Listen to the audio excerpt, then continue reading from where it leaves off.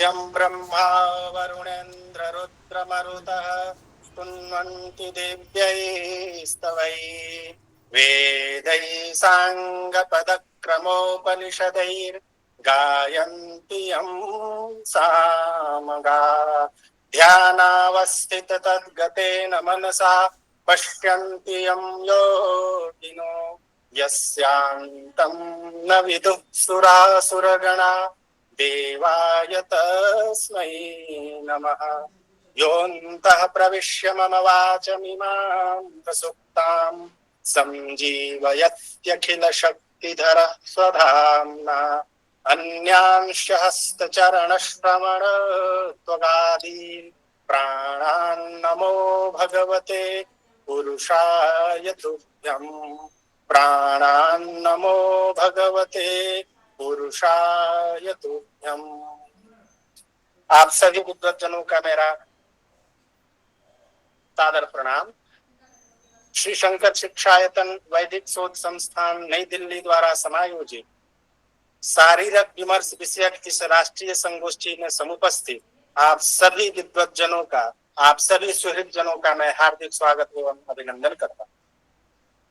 आज का यह बहुत ही महत्वपूर्ण कार्यक्रम प्रारंभ होने जा रहा है और इस कार्यक्रम का शुभारंभ करने के लिए मैं सर्वप्रथम आमंत्रित करता हूँ काशी के वेदाचार्य श्री संदीप द्विवेदी जी को।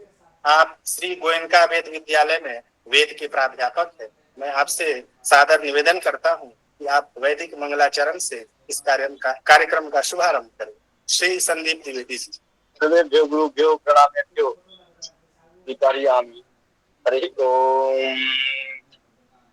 स्तुता मया वरदा वेदमाता प्रचोदयन्ताम् पावमानि द्विजानाम् आयु प्राणं प्रजां कीर्तिं द्रविडं ब्रह्मवर्चसम् मह्यं दत्त्वा व्रजत ब्रह्मलोकम् अघद्विष्टा देवजाथा वीरुच्छपथयोपनि आपो मालमिव प्राणैः सर्वान् मच्छपथाम् अधि हवा शरवो मृडतं माभियातं भूतपति पशुपति नमो वाम् सतीहिता माया कामा विसराष्टं मानो हिंसिष्टन्ति पदो मा चतुष्पदः नमस्ते अस्तु विद्युते नमस्ते स्तनयत्नवे नमस्ते अश्वशमाने येना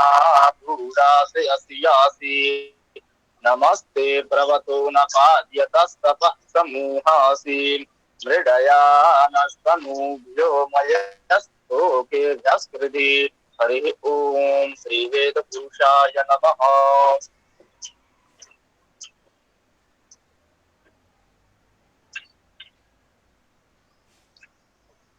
ओम नमो नमः।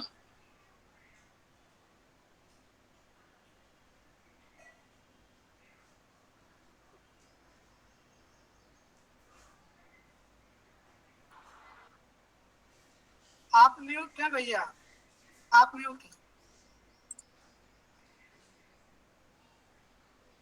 आप सभी को मेरा सादर प्रणाम।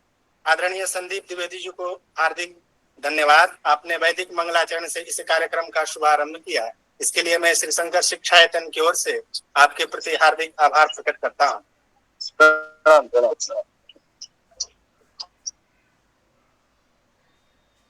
श्री शंकर शिक्षायतन वैदिक शोध संस्थान द्वारा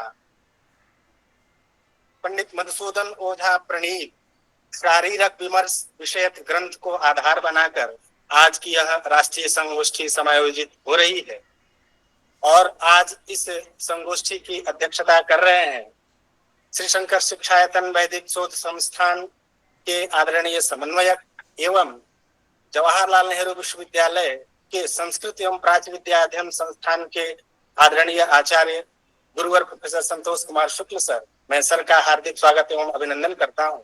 आपकी अध्यक्षता में आज का यह महनीय कार्यक्रम संपन्न होगा। मैं श्री शंकर शिक्षायतन की ओर से आपके प्रति हार्दिक स्वागत संप्रेषित करते हुए आपको हार्दिक प्रणाम समर्पित करता हूं। आज इस महनीय संगोष्ठी में हमारे निवेदन को स्वीकार कर समुपस्थित हुए हैं। मुख्य वक्ता के रूप में हमें उद्बोधित करने के लिए पांडिचेरी विश्वविद्यालय के संस्कृत विभाग के आचार्य प्रवर प्रोफेसर के धरणीधरण सिंह, मैं आदरणीय सर का हार्दिक स्वागत एवं अभिनंदन करता हूं।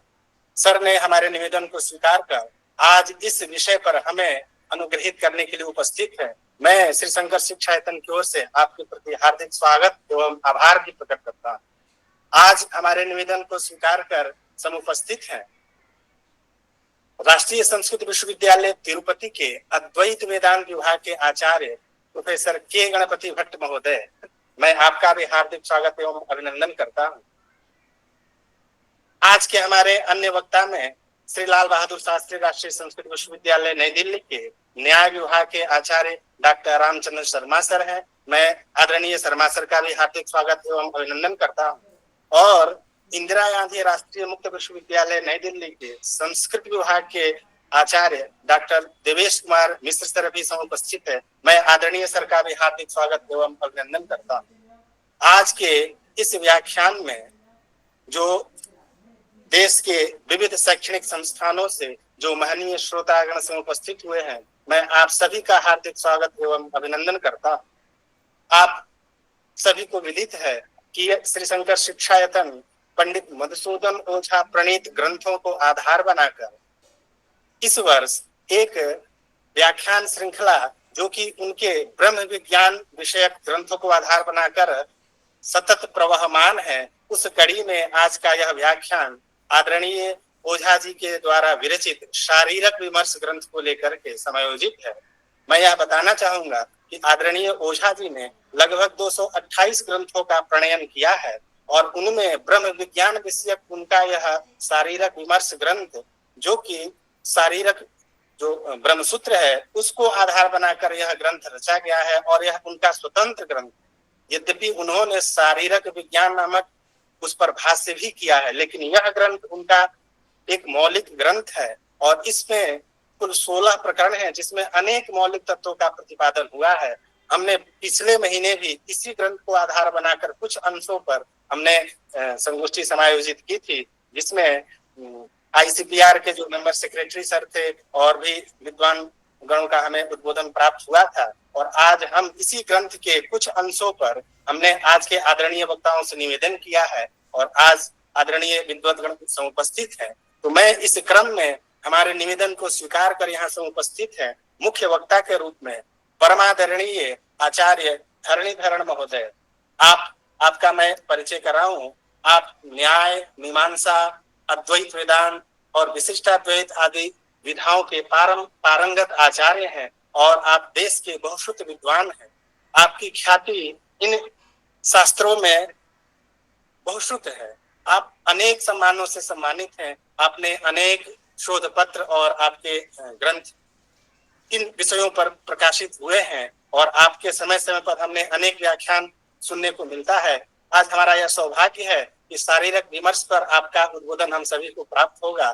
तो मैं श्री शंकर शिक्षायतन की ओर से आपको बारंबार नमस्कार करते हुए आपसे विनम्र प्रार्थना करता हूं कि आप इस विषय पर हम सभी को अपने उद्बोधन से अनुग्रहित करें। आदरणीय प्रोफेसर के धरणीधरण सर।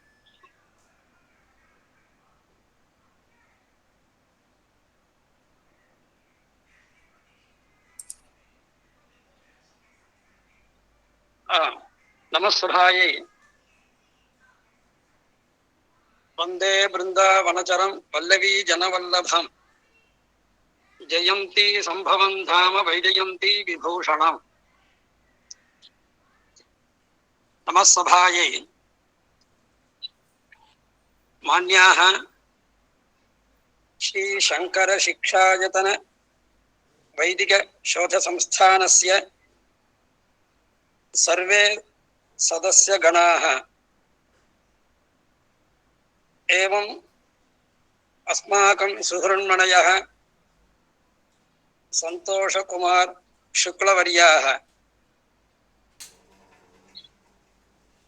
अस्मत्प्रियमणयः भट्टवर्याः अन्ये च वक्तारः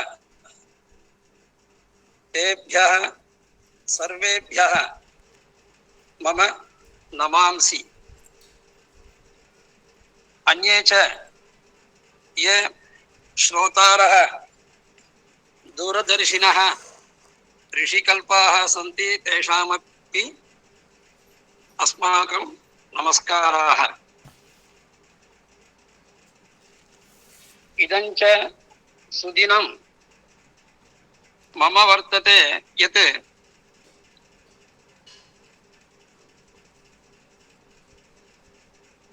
परमपूजनीयस्य प्रातस्मरणीयस्य श्री मधुसूदन ओझा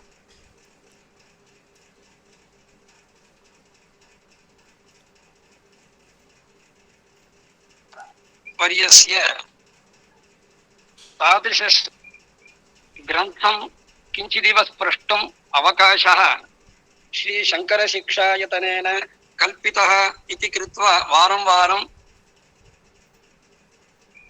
धन्यवादेन अहम् आत्मानं सार्थयामि। अस्तु, शिक्षायतनेन अहं सूचितः ब्रह्ममीमांसा प्रवृत्तिनिमित्तम् अधिकृत्य किञ्चित् बोधयितुम्।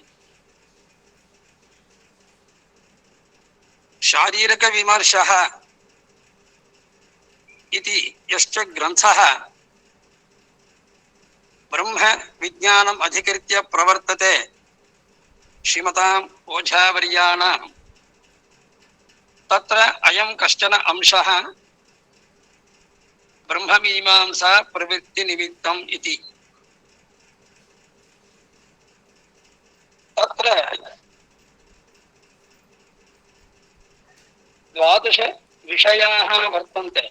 12 उपशीर्षकरूपे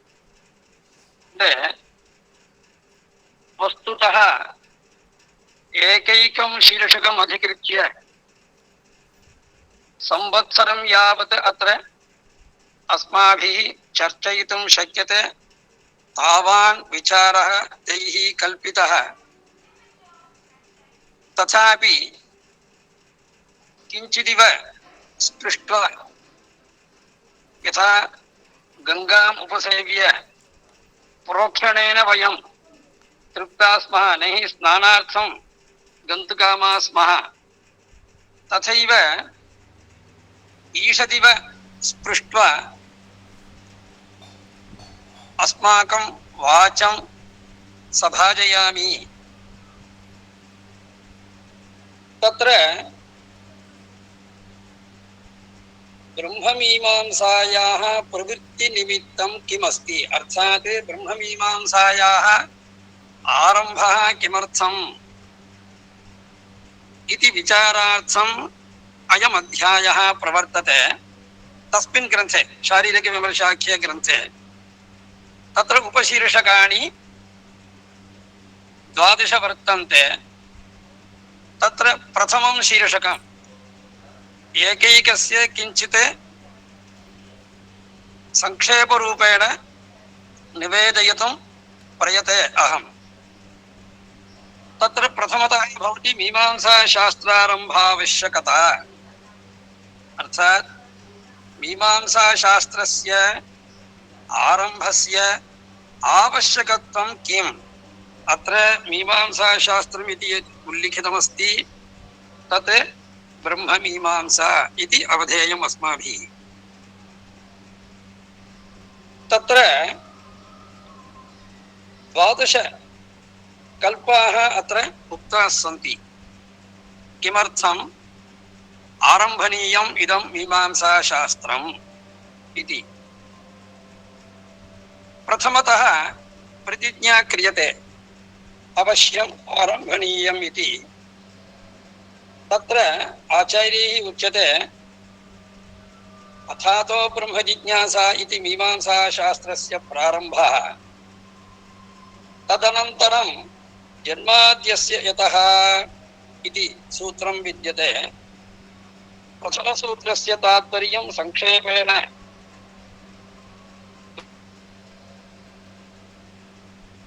ब्रह्मविचारः कर्तव्यः, अवश्यं कर्तव्यः इति।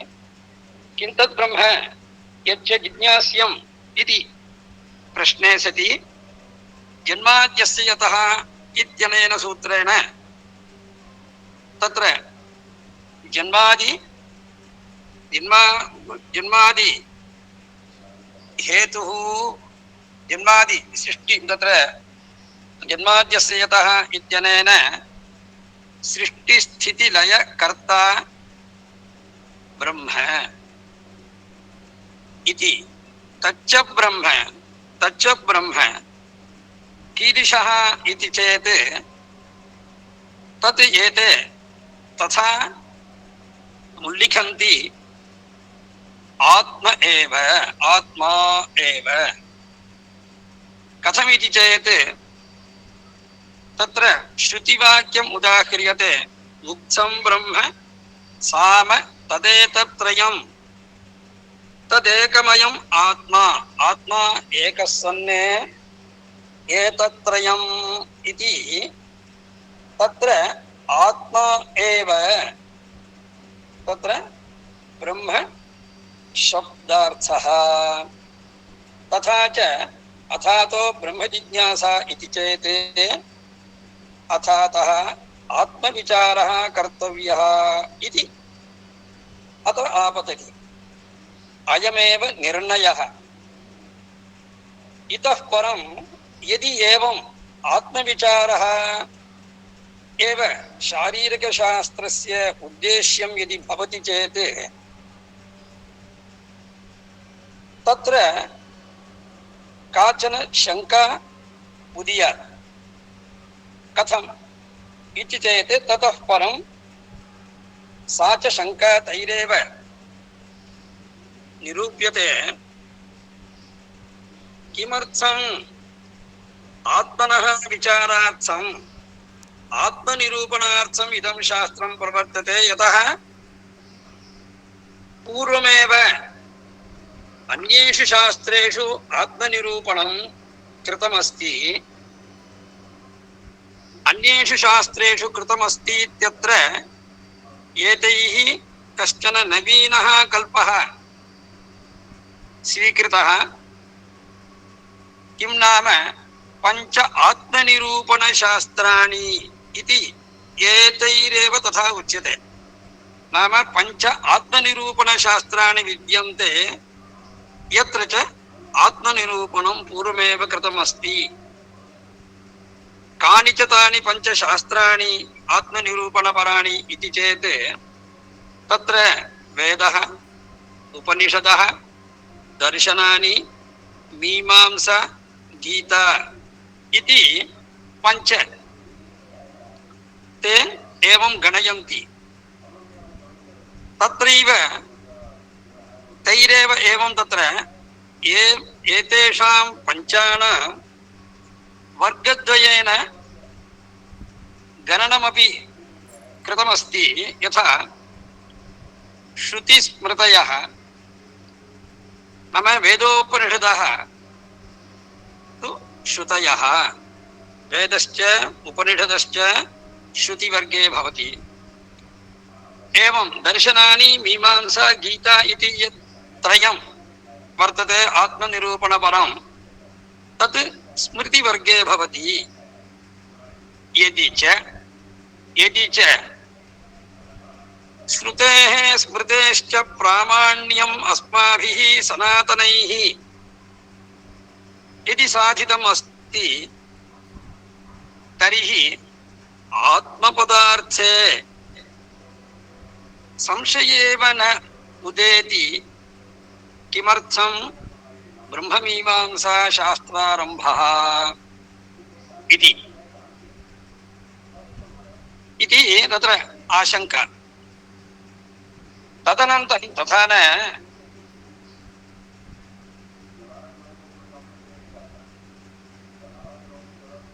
तत्र अथातो ब्रह्मजिज्ञासा मार्गसहितः इत्यत्र उभयत्रापि तत्र प्रतिज्ञा परेण सूत्रद्वयेन मीमांसा विचारः कर्तव्यः स च विचारः ब्रह्मपरः स्यात् इति साधितं, परन्तु अयं यः ब्रह्मपदार्थः स च आत्म विषयक एव भवति। नाम ब्रह्मशब्दस्य अर्थः आत्मैव इति अस्माभिः ज्ञातव्यं भवति। अपि च इदं ब्रह्म शास्त्रयोनित्वात्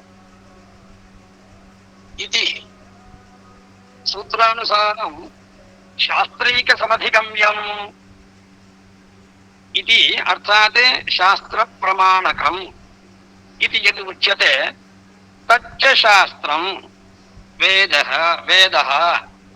वेदात् शास्त्रं परं नास्ति, अथवा वेदशास्त्रात् परं नास्ति। प्रमाणमपि तत्र विद्यते। अतः ब्रह्मपदार्थः वेदः। तत्र अन्यत्र श्रुतिरपि तथा विद्यते। ब्रह्म प्रावादिष्म तन्नो माहासीत् इति। तत्र ब्रह्मशब्दः साक्षात्।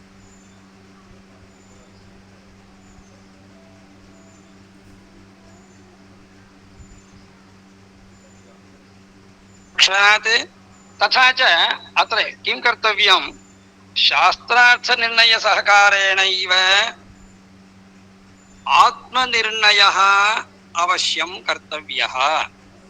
आत्मनिर्णयः नाम आत्मतत्त्वनिर्णयः अवश्यं कर्तव्यः इति। तदनन्तरं एतेषां पुनः शङ्का एवं विद्यते। वेदान्त उपनिषत् दर्शनशास्त्रैः आत्मनः निरूपणं पूर्वमेव कृतमिति कृत्वा पुनः अत्र पृष्ठपेषणमेव स्यात् इति। पुनर्निरूपणं पृष्ठपेषणम् इति। तथा न पृष्ठपेषणस्य समाधानम् एवं क्रियते।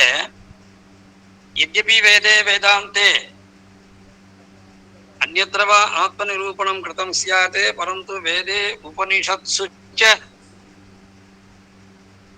यश्च आत्मा महर्षिभिः प्रत्यक्षीकृतः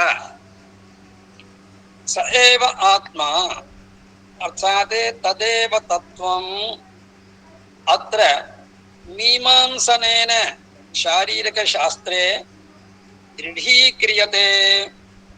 तत्र च प्रमाणम् एवं भवति। श्रुतिरेव एवं कथयति, श्रोतव्यः, मन्तव्यः, निदिध्यासितव्यः इति। या च श्रुतिः श्रवणानन्तरं मननं बोधयति, अतः तच्च मननं विचारपर्यायं भवति इति कृत्वा तत् स्थाने अत्र विचारशास्त्रम् अवश्यम् अस्माभिः कर्तव्यम् इति कृत्वा आत्मविचारः कर्तव्यः इति भवति। तथापि पुनः शङ्का उदेति। तत्र श्रुतौ अथवा स्मृतौ वा यच्च आत्मनिरूपणं कृतमस्ति तदेव अत्र विचाररूपेण यदि दृढीक्रियते तत् न साधु भवितुमर्हति। कुत इति चेत् श्रुतिषु परस्पर विरोधाभासः दृश्यते। अत्र मधुसूदनवर्यैः तथा प्रयासः कृतः। वस्तुतः ते नमस्याः अस्माभिः तादृशः प्रयासः कृतः। तत्र केवलं बहूनि उदाहरणानि तैः दत्तानि, तथापि ईषदिव स्पृशामि। तत्र प्रथमतः शङ्का किमस्ति? श्रुतिषु विरोधाभासाः दृश्यन्ते। नाम तत्र तात्पर्यं किम्? आत्मैव जगत्कर्ता अथवा आत्मैव विचारणीयः, आत्मैव सर्वम् अथवा ब्रह्मैव सर्वम् इति अस्माभिः वक्तुं न शक्यते। कुत इति चेत् विधुन्दद्राणकं सवने बहूनाम् इवानकं सन्तं फलितो जगार देवस्य पश्य काव्यं महित्वा व्याममारसह्यः समान इति या श्रुतिः विद्यते तत्र स्थावरजङ्गमादिकं सर्वं दैवाधीनम् इति उक्तमस्ति, न तु ब्रह्माधीनम् इति उक्तमस्ति। एवम् अन्यत्र रजोधीनम् इति श्रुतिः तत्र वियस्तस्तम्भ षडिमा रजांसि अजस्य रूपे किमपि स्विदेकम्। अर्थात् ऋषि पितृ देव असुर गंधर्व मनुष्य रूपाः ये षट् कल्पाः लोके विद्यन्ते तेषु विद्यमानः यः भेदः तस्य भेदस्य निमित्तं रजः। अतः रज एव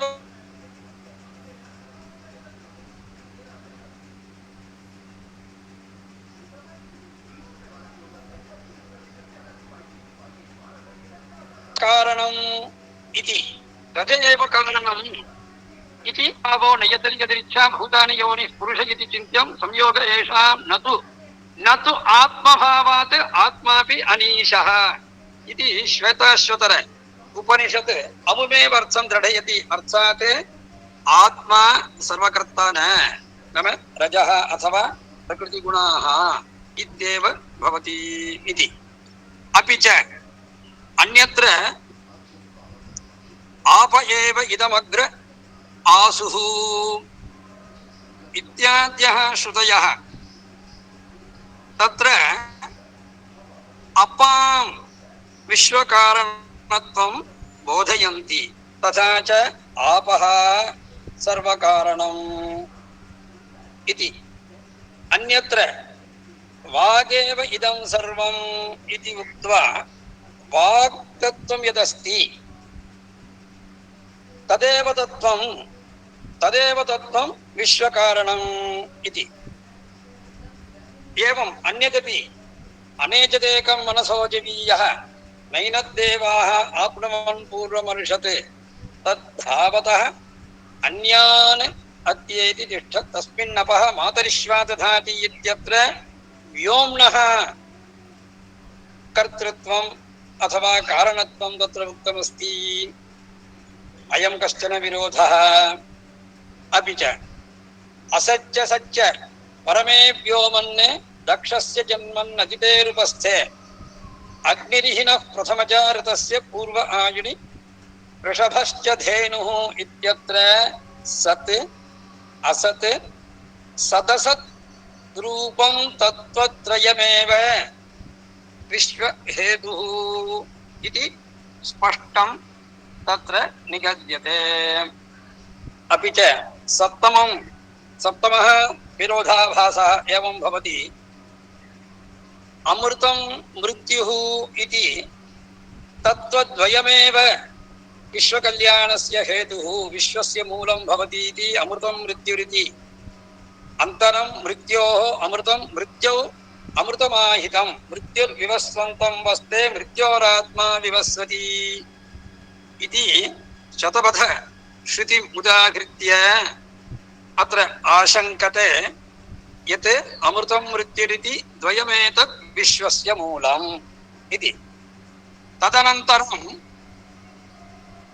तत्र अस्माकं संशय एव वर्तते कः कर्ता इति। कुतः तत्र गीता एव तत्र प्रमाणं। तत्र श्रुतिरपि वर्तते निहारेण प्रावृता जल्प्या चासुतृप भुक्थशासश्चरन्ति। नाम वयं तत्र जल्पमेव कुर्मः किं कारणं किं वा कार्यम् इत्यत्र तत्र निश्शङ्कम् एकं तत्त्वम् अप्राप्य जल्पमेव कुर्वन्तः वयं स्मः इति श्रुतिः कथयति। तदेव गीतावचनमपि दृढयति। आश्चर्यवत् पश्यति कश्चिदेनम् आश्चर्यवच्च एनम् अन्यः शृणोति। आश्चर्यवत् वदति तथैव चान्यः श्रुत्वाप्येनं वेद न चैव कश्चित् इति गीतापि तथैव। तथा च एतादृशैः नवभिः अष्टभिः कल्पैः एवं साधितम् अत्र आत्मतत्त्वविचारे श्रुति साधिते आत्मतत्त्वविचारे विरोधाभासाः श्रुतावेव विद्यन्ते इति। अपि च तदनन्तरं ब्रह्म सामान्यस्य विश्वजनकत्व आख्यानम् इति कृत्वा तृतीयः कल्पः।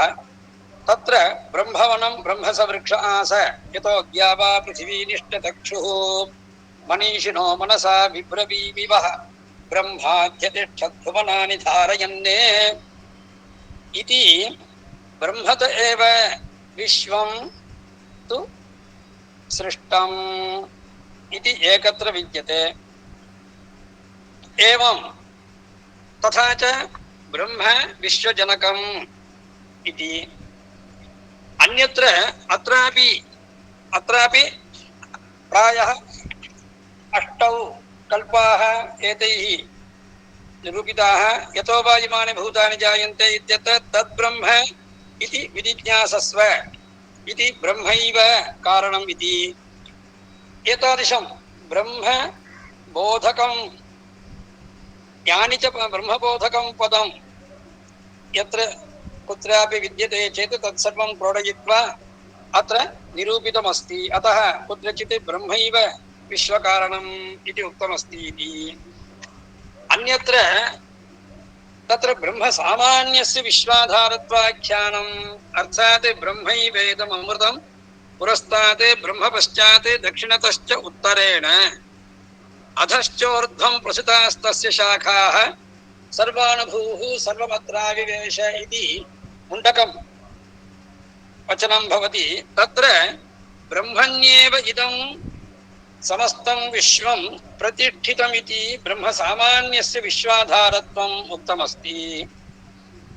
एवं ब्रह्म सामान्यस्य विश्व अधिष्ठातृत्वरूपेण कानिचन वेदवाक्यानि विद्यन्ते। ब्रह्म विश्वमिदं ब्रह्म सर्वं खल्विदं ब्रह्म ब्रह्मैवेदं सर्वम् इत्यादि वचनानि सन्ति। एवं च तदनन्तरं एतादृशस्य विश्वकारणत्वं न अत्यन्तम् उपपन्नं भवति। कुत इति चेत् ब्रह्मणः विश्वकारणत्वं कथम् अनुपपद्यते इति चेत् कुत्रचित् विश्वाधारत्वम् उच्यते, कुत्रचित् अभिन्नत्वम् उच्यते। यत् अभिन्नं भवति तस्य आधारत्वम् आधाराधेयभावः कथं भवितुमर्हति इति नाम शङ्कितुः आशयः। एवं षष्ठः कल्पः एवं भवति। प्रजापतेः सृष्टिमूलत्वाख्यानम् अर्थात्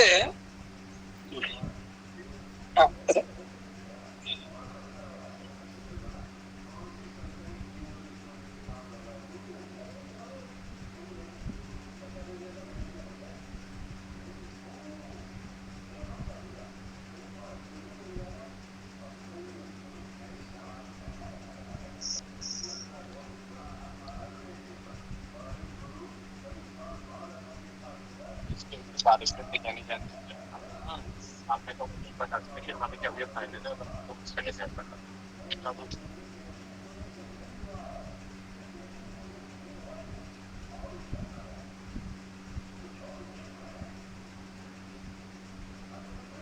कुछ व्यवधान आ गया है, अभी सर उपस्थित होंगे शीघ्र ही।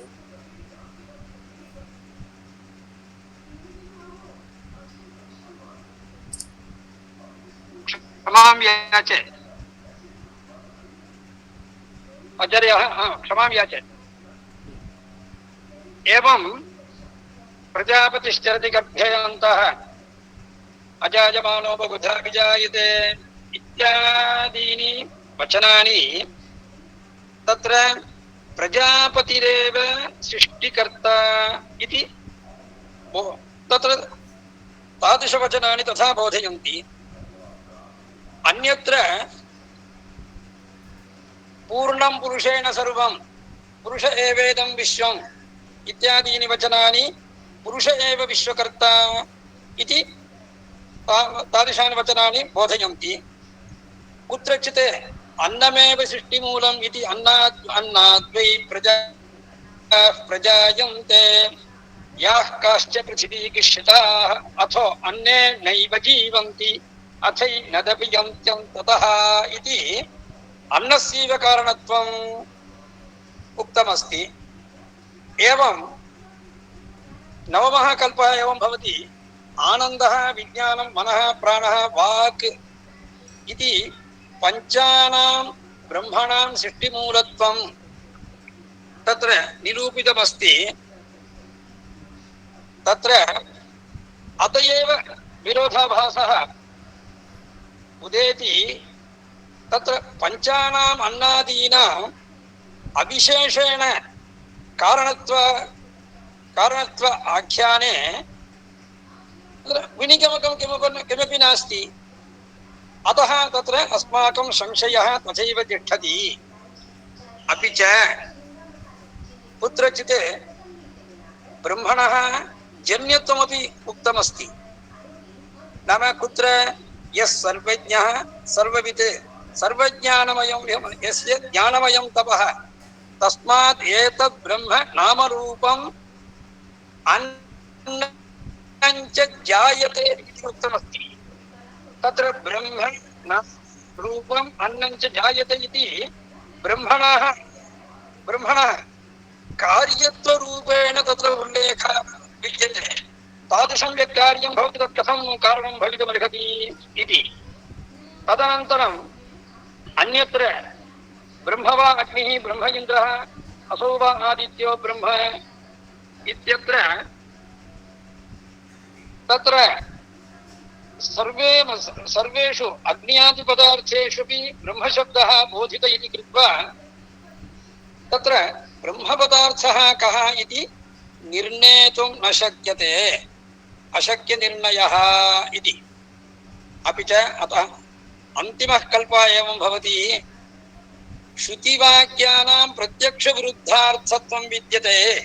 कथम् इति चेत् एकमेव अद्वितीयं ब्रह्म इति उच्यते।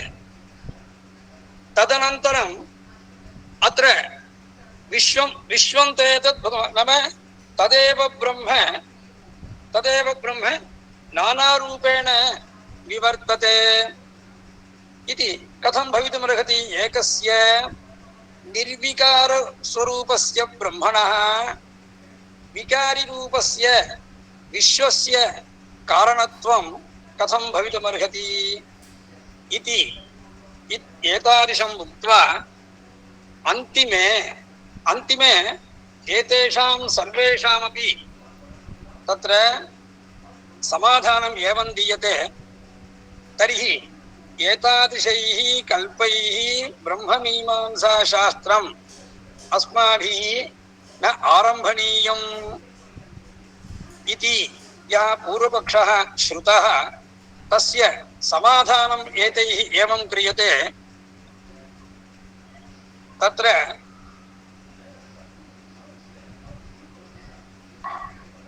मीमांसाशास्त्रं यद्भवति नाम विचारशास्त्रं यद्भवति तस्य मौलिकं ज्ञानं भवति श्रुतिः।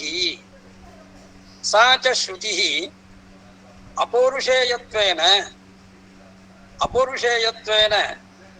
स्वतः प्रमाणत्वरूपेण च तस्य प्रामाण्यं सुप्रतिष्ठितं भवति। तथा च तेषु अंतर्गतेषु ज्ञानेषु विद्यमानाः याः उपनिषदः वर्तन्ते तासाम् उपनिषदां यः विषयः आत्म तत्त्वं तत्र तत्र ये च विशेषांशः यद्यपि उपनिषत्सु वेदेषु च आत्मनिरूपणं कृतमस्ति तथापि तत्र शङ्कारूपेण ये च अंशाः विद्यन्ते तेषाम् अंशानां तत्र विचारं विना अवगमः न भवितुमर्हति। तदर्थं विचारशास्त्रम् अपेक्षितं भवति। तदर्थम् अस्माभिः कदाचिदपि न उपेक्षणीयम् इति कृत्वा यथा अस्माभिः तस्मात् एतत् ब्रह्म नामरूपमन्नं च जायते इत्यत्र ब्रह्म इति प्रकृतिः उच्यते। तत् कथं ज्ञायते?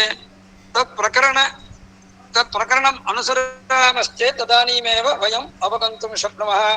नाम ये च विरोधाभासाः तैः उत्सापिताः तेषाम् एकैकस्य श्रुतिवचनस्य विचारशास्त्रानुसारम् अस्माभिः पर्यालोच्यते चेत् कुत्रापि विरोधः न भवितुमर्हति इति तेषां निर्णयः।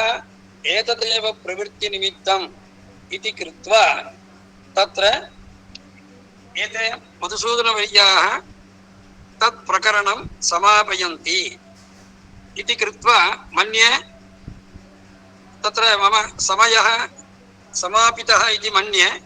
अतः क्षमायाचनापूर्वकम् अहं तु निवेदय समापयितुम्। बहुशः धन्यवादाः आचार्यप्रवराः। भवताम् उद्बोधनेन वयम् अनुगृहीताः।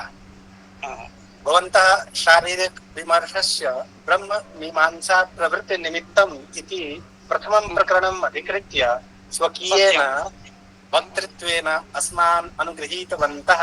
एतदर्थम् अहं श्री शंकर शिक्षायतन पक्षतः समस्त उपस्थित श्रोतृवृन्द पक्षतश्च भवतां प्रति वारं आभारं प्रकटयामि।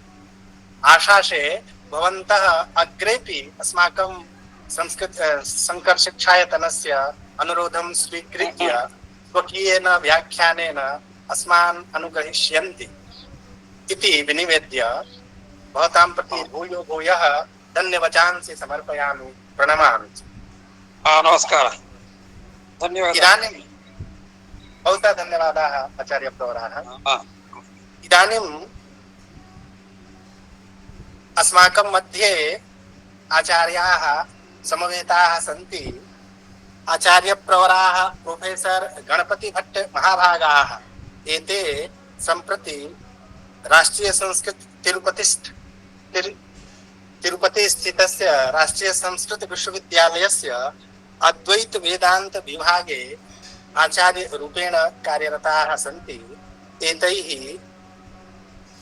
अनेके ग्रन्थाः प्रणीताः। बहुशतः विद्वांसः। अस्माकं सौभाग्यं वर्तते यत् वयम् एतेषां विदुषां व्याख्यानेन वयम् अनुग्रहीष्यन्ति इति निवेदनेन अहं निवेदनं करोमि यत् ते स्वकीयेन व्याख्यानेन अस्मान् अनुगृह्णन्ति। प्रोफेसर के गणपति भट्ट महाभागाः। आचार्य कामकोटीशः ओडाश्री वंशजो गुरुः तयोः संस्मरणादेव जन्म में सफलं ध्रुवम्। मंचस्थाः श्री शंकर शिक्षायतनस्य पदाधिकारिणः प्रोफेसर संतोष कुमार महाभागाः एवं अस्य ज्ञानसत्रस्य निर्वाहकाः डॉक्टर मणिशंकर महाभागाः मुख्यवक्तृत्वेन समागताः मम मित्रमणयः शास्त्रधरणीधराः अन्ये च श्रोतारः अनेके विद्वांसः सर्वेभ्यः मदीयाः शास्त्रोक्ताः वेदोक्ताश्च प्रणामाः वितीर्यन्ते। महदिदं सन्तोषस्य स्थानमस्ति यत् श्रीशङ्करशिक्षायतनेन ज्ञानसत्रात्मकं किञ्चित् कार्यं क्रियमाणम् अस्ति इति। अनेन सत्रेण ज्ञानं सर्वैः प्राप्यते। अनेके श्रोतारः सन्ति विविधेभ्यः कोणेभ्यः समागताः। यत्र ममापि कश्चन अवकाशः कल्पितः इति आत्मानम् अहं धन्यं भावये।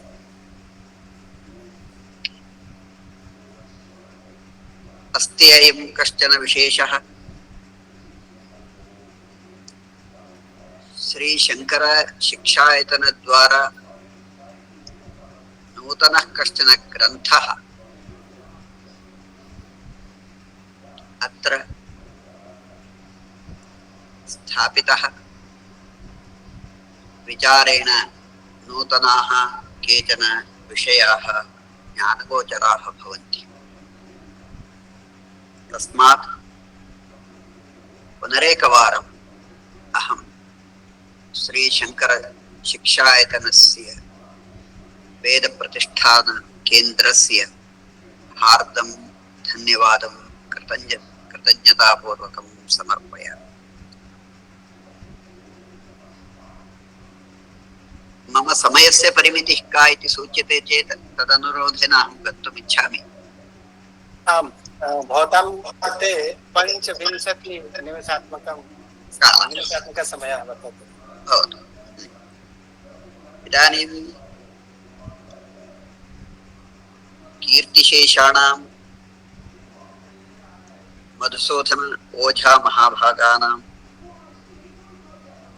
कश्चन ग्रन्थः अयं शारीरिकविमर्शनात्मकः, यत्र अनेके विषयाः तैः चर्चिताः सन्ति। मम दत्तः विषयः अस्ति यश्च पञ्चमप्रकरणे स्थापितः वर्तते। चतुर्थप्रकरणे च किञ्चित्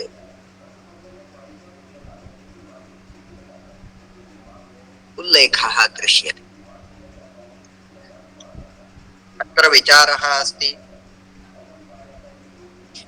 यथा पूर्वम् अस्माकं मित्रमणिभिः वेदान्तमीमांसाशास्त्रम् आरम्भणीयं न वा, परस्परविरोधाः तत्परिहारः सर्वोऽपि तैः प्रतिपादितो वर्तते। मम दत्तविषयेषु अस्ति आत्मशास्त्र निर्वचन उपक्रमः इति। अत्रापि तैः महानुभावैः वेदान्तशास्त्रं मीमांसाशास्त्रम् आरम्भणीयं न वा इति अल्पं स्पृष्ट्वा तदनन्तरम् आत्मशास्त्र आत्मनः विचारार्थं वेदान्तशास्त्रविचारः कर्तव्य एव अपेक्षा अस्ति इति स्पष्टीकृतम्।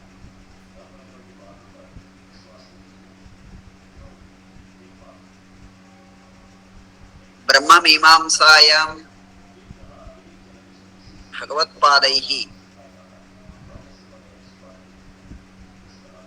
आरम्भसूत्रव्याख्यानावसरे मीमांसाशास्त्रं वेदान्तात्मकं आरम्भणीयम् इति पूर्वपक्षं कृत्वा मध्ये अनुमानप्रयोगः कृतः।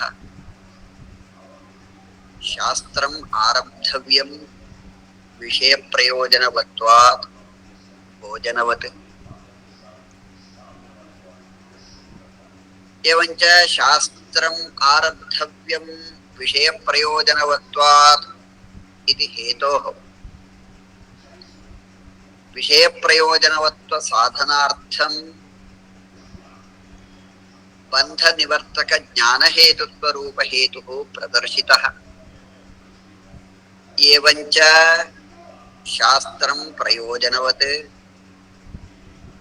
बन्धनिवर्तकज्ञानहेतुत्वात् रज्जुरियम् इत्यादि वाक्यवत् इति प्रयोगः कृतः। बन्धनिवर्तकत्वं ज्ञानस्य कथम् इति निरूपणीयं चेत् बन्धस्य अध्यस्तत्वं वक्तव्यम्।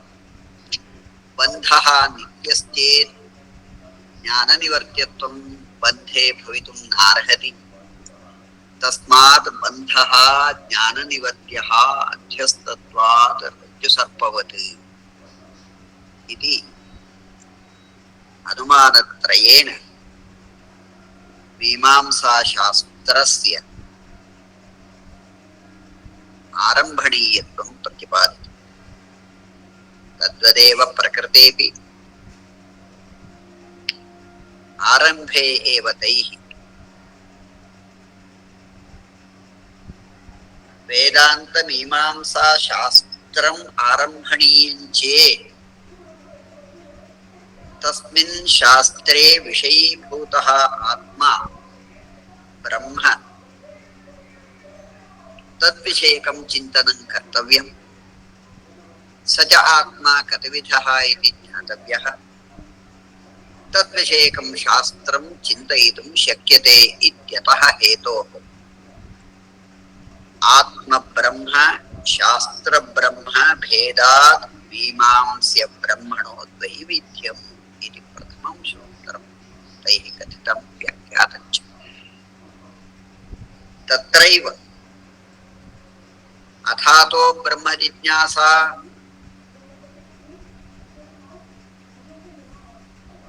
इति प्रथमं सूत्रं यद्वर्तते तत्र ब्रह्म जिज्ञासितव्यं। तर्हि किं लक्षणकं ब्रह्म इति चेत् जन्माद्यस्येतः इति तद्ब्रह्मणः लक्षणं प्रतिपाद्य लक्षणप्रतिपादनार्थं प्रमाणम् अपेक्षितमिति कृत्वा शास्त्रयोनित्वाधिकरणं शास्त्रयोनित्वादिति सूत्रेण प्रतिपादितम्। एतत्त्रयमपि प्रतिज्ञासूत्रम् इति कथ्यते तैः। एवञ्च सूत्रत्रयेण तावत् ब्रह्मणः परामर्शः अवश्यं कृतः।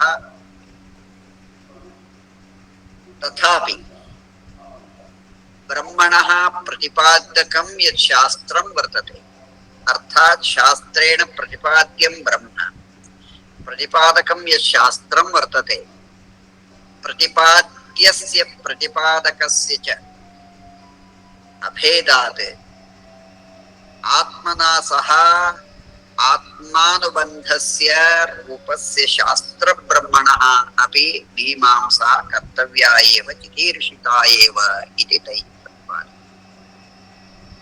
एवञ्च आत्मब्रह्म शास्त्रब्रह्म इति द्वयं त्वा शास्त्रप्रतिपादितं ब्रह्म जिज्ञासितव्यं चेत् शास्त्रेऽपि जिज्ञासा कर्तव्या शास्त्रमपि प्रतिपादितं वर्तते इति तैः स्पष्टीकृतं। तन्निरूपणावसरे ब्रह्म तावत् आत्मशब्दार्थः यः वर्तते सः त्रिविधः इति तैः प्रतिपाद्यते। यथा अद्वैतिभिः चातुर्विध्यं कुत्रचित् प्रतिपादितं, चित् त्रैविध्यं प्रतिपादितं, चिद्वयं प्रतिपादितं, कदाचित् चिदेकत्वं प्रतिपादितम्। उपाधिवशात् चातुर्विध्यं त्रैविध्यं द्वैविध्यं वा तद्वदेव अत्रापि अयमात्मा तावत् त्रेधा विज्ञायते इत्युक्त्वा निर्धर्मकं ब्रह्म शुद्धम् एकं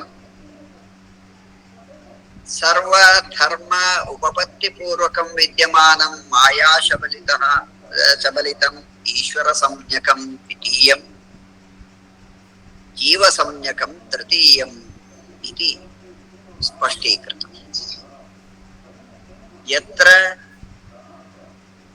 सर्वधर्मोपपत्तेश्च इति सूत्रेण सर्वज्ञत्वादिकं यथा ब्रह्मणः उपपद्यते विवर्तत्वेन रूपेण तद्वत् अत्रापि सर्वधर्मा कश्चित् माया प्रमितः विश्वशरीरः पुरुषः ईश्वरः निर्धर्मक भिन्नः कश्चन द्वितीयः सर्वधर्म उपपन्नस्य तस्य ईश्वरस्य अंशभूतः अपरः जीवः योगमाया वशात् मायायां वा अंतःकरणे वा प्रतिबिम्बितः जीवसंज्ञकः इति आत्मत्रैविध्यं तैः स्पष्टीकृतम्। ईश्वरस्य अंतर्भूतः एवं जीवस्य अंतर्भूतः कश्चन एक एव निर्धर्मकः अन्यः भिन्नः कश्चन उपलभ्यते तस्मात् केवलः आत्मा एकः ईश्वरात्मा द्वितीयः जीवात्मा तृतीयः इति त्रिविधः ब्रह्मशब्दार्थः आत्मशब्दार्थः इति तैः स्पष्टीकृतम्। तत्रैव शास्त्रविषयाः केचन चर्चिताः तेषु ब्रह्मसूत्रादिषु अनुपलभ्यमानाः व्याख्याने तु अस्पृष्टाः केचन विषयाः एतैः स्पष्टीकृताः वर्तते। एतेषां ज्ञानशैली वा अथवा विचक्षणबुद्धिर्वा तस्य कारणं स्यात्। तस्यैव आत्मनः त्रयः भावाः सन्ति, त्रीणि तन्त्राणि सन्ति, त्रीणि वीर्याणि सन्ति, त्रीणि शास्त्राणि इति एते चत्वारः अनुबन्धाः इति कथ्यते। तद्विषये कः भावः आत्मनः इत्युक्ते लौकिक उदाहरणेन वयं पश्यामश्चेत् ये जीवात्मानः भवन्ति मनुष्याः तेषु केचन शान्तस्वभावाः भवन्ति,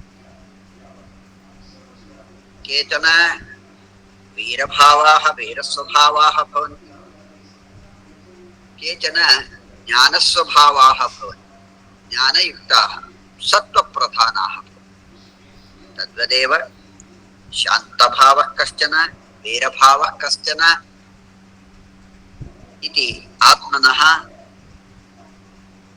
त्रयः भावाः ज्ञानादिरूपेण। अयमेव आत्मा उपनिषदुक्तरीत्या ज्ञानमयः वाङ्मयः प्राणमयः मनोमयः भवति।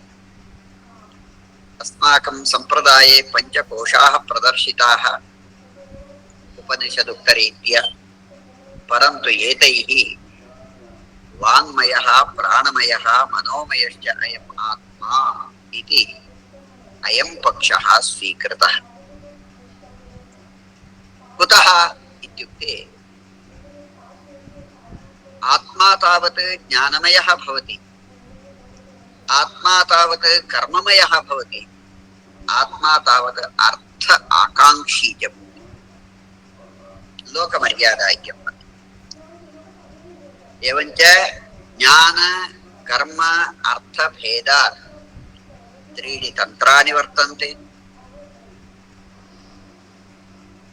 आत्मनः तत्प्रतिपादकानि उद्बोधकानि नाम अर्थस्य तन्त्रस्य उद्बोधकानि त्रीणि वीर्याणि भवन्ति।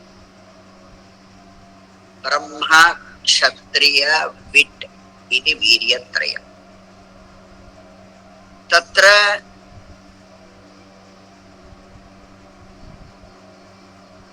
प्रथमं वीर्यं भवति ब्रह्मवीर्यम् इति नाम्ना प्रसिद्धम्। ज्ञान औपायिकं वर्चलक्षणं ब्रह्मवीर्यम्। यः मोक्षार्थं प्रयतते कामयते च तदर्थम् उपासनादिकम् अनुतिष्ठति तस्य ब्रह्मवीर्यम् अपेक्षितम् अस्ति। एवञ्च ब्रह्मवर्चः इति तत्र तत्र श्रुतिषु उल्लेखः दृश्यते उपनिषदु। तदेव ब्रह्मवीर्यम्। द्वितीयम् अस्माभिः दैनन्दिनजीवने वा यत् साहसादिकम् अनुष्ठीयते तत् साहसस्य अपेक्षितम् उत्साहलक्षणं क्षत्रवीर्यं क्षात्रधर्मः इति। तदपि आत्मनः एव। एवञ्च ब्रह्मवर्चसं ब्रह्मवीर्यं ब्रह्मवर्च स्वरूपं तत्। द्वितीयं क्षात्रवीर्यं, तृतीयं विद्या संचय औपैकं संग्रहलक्षणं विट्वीर्यम्। विट् ब्राह्मणवीर्यं ज्ञानवीर्यं संग्रहणं क्रियते। अस्माभिः अर्थसंग्रहः क्रियते, धर्मसंग्रहः क्रियते, पुण्यसंग्रहः क्रियते। एतस्य सर्वस्यापि मूलभूतं कारणं भवति विट्वीर्यम्। वस्तुतः श्रुतिषु अन्यत्र पञ्चवीर्याणि कथितानि, तथापि इदं वीर्यत्रयं प्रसिद्धम् इति आत्मनः विषये वीर्यत्रयं तैः प्रतिपादितं वर्तते। वस्तुतः आत्मनः त्रैविध्यकथनात् पूर्वम् एकं सत् सदैव इदमग्र आसीत् इति श्रुतिः। सर्वस्यापि मूलकारणीभूतं यत् सद्वर्तते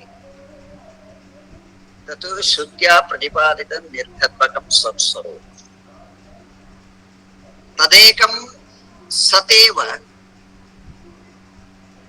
तच्छ्रेयोभूतम् असृजत क्षत्रम्। क्षात्रधर्मः तस्यापि मूलं कारणं ब्रह्मैव। क्षत्रस्य योनिः हेतुः कारणं ब्रह्म। वस्तुतः क्षत्रियः वा भवतु क्षात्रो वा भवतु राजा भवति, सः पालकः, सः परमतां गच्छति। तथापि अन्ते गमनं क्षात्रं वा भवतु विद्वा भवतु ब्रह्मण्येव लीनतां गच्छति, लयं प्राप्नोति। तस्मात् यतो वा इमानि भूतानि जायन्ते येन जातानि जीवन्ति यत् प्रयन्ति अभिसंविशन्ति तद्विजिज्ञासत्वा तत्रैव लयमपि प्राप्नुवन्ति। तद्वदेव क्षात्रं वा भवतु वैप्रिं वा भवतु सर्वमपि तत्रैव लीनतां गच्छति।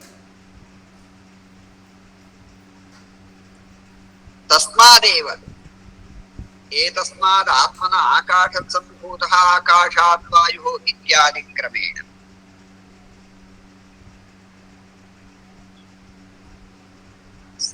सर्वेपि गणाः ये वेदोक्ताः ते अपि तस्मादेव सृष्टाः वर्तन्ते। अस्माभिः अष्टौ वसवः उच्यन्ते वेदे, अष्टौ देवा वसवः सोम्यासः इति। 12 आदित्याः वर्तन्ते, 11 रुद्राः वर्तन्ते, विश्वे देवाः मरुतः सर्वाः अपि देवताः अस्मादेव उत्पन्नाः। तस्मात् तदेव ब्रह्म सर्वेषामपि कारणम्।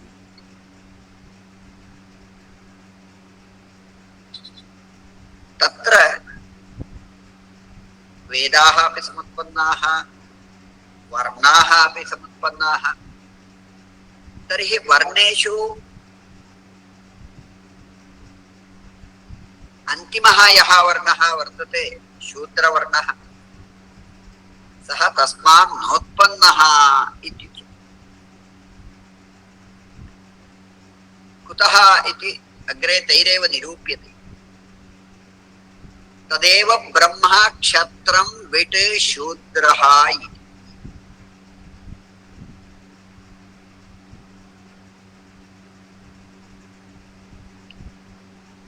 एकैकस्य अपि छन्दसः सकाशात् वर्णाः उत्पन्नाः। तस्मात् छन्दोत्रयं प्रसिद्धं वर्तते। तस्मात् उत्पन्नानामेव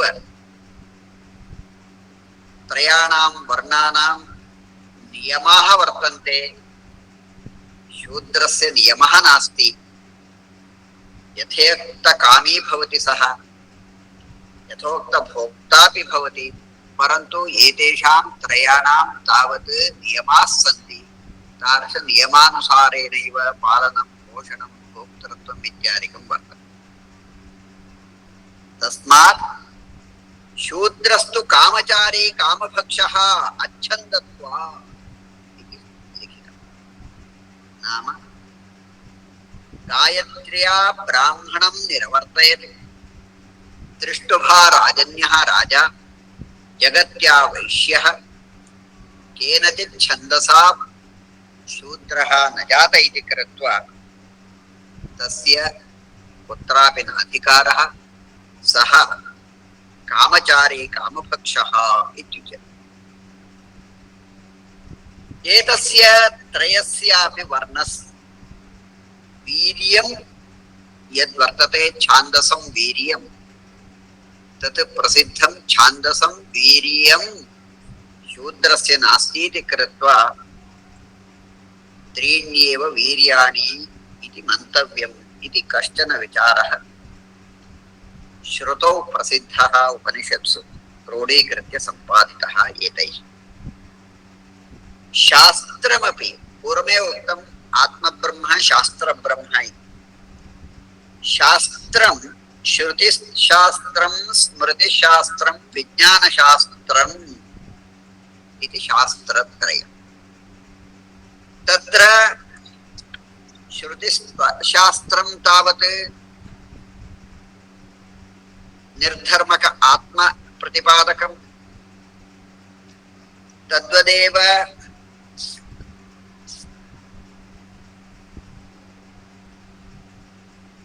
उपनिषन्नामकं वेदान्तशास्त्रम्, उपनिषश्रुतिः। अन्यानि यानि दर्शनानि ऋषिभिः प्रोक्तानि वर्तन्ते, नाम दर्शनानि स्मृतिः इति त्रयम्। तदपेक्षया यथा वेदान्तिभिः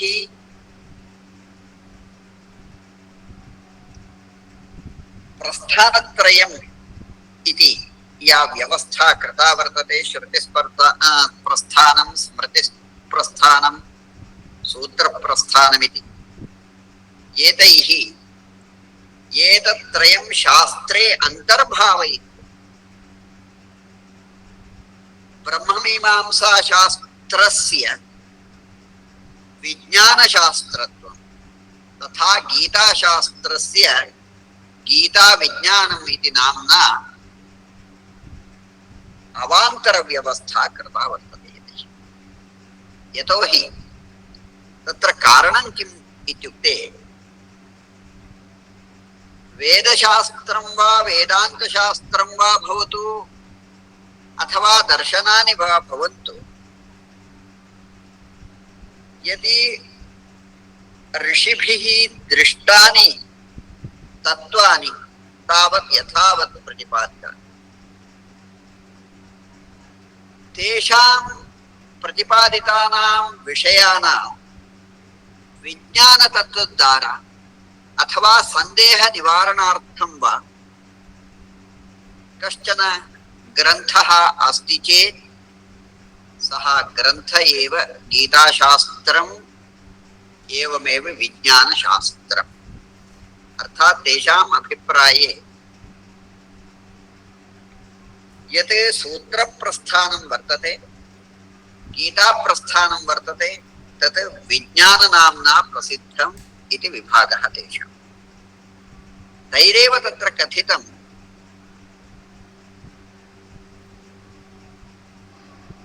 स्मृतिप्रस्थानम् अथवा स्मृतिशास्त्रम् श्रुतिः यद्वर्तते उपनिषत्, तद् अनुसारेण गच्छति दर्शनशास्त्रं स्मृत्यात्मकम्। तत् प्रत्यक्षात्मकम् इत्युच्यते। यतोहि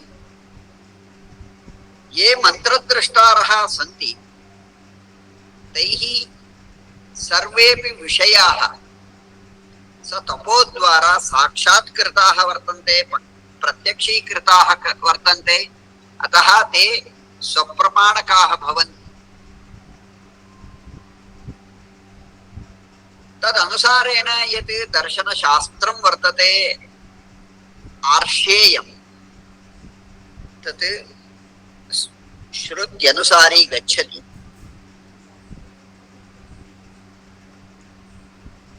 तद्भिन्नं ब्रह्ममीमांसाशास्त्रं गीताशास्त्रं च विज्ञानशास्त्रं। दर्शनशास्त्रं तावत् जन्माद्यस्यतः शास्त्रयोनित्वात् इति शास्त्रद्वयसारस्येन आत्मानं निरूपयति। यद्यपि यानि वेद श्रुत्यादीनि गीतापेक्षया दर्शनशास्त्रापेक्षया विज्ञानापेक्षया पूर्वं निबद्धानि चेदपि गीताशास्त्रम् अथवा एतद् विज्ञानशास्त्रं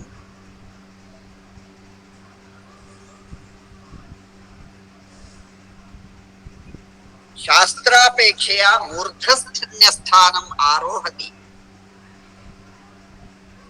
न तु दर्शनशास्त्रम् अन्यत्।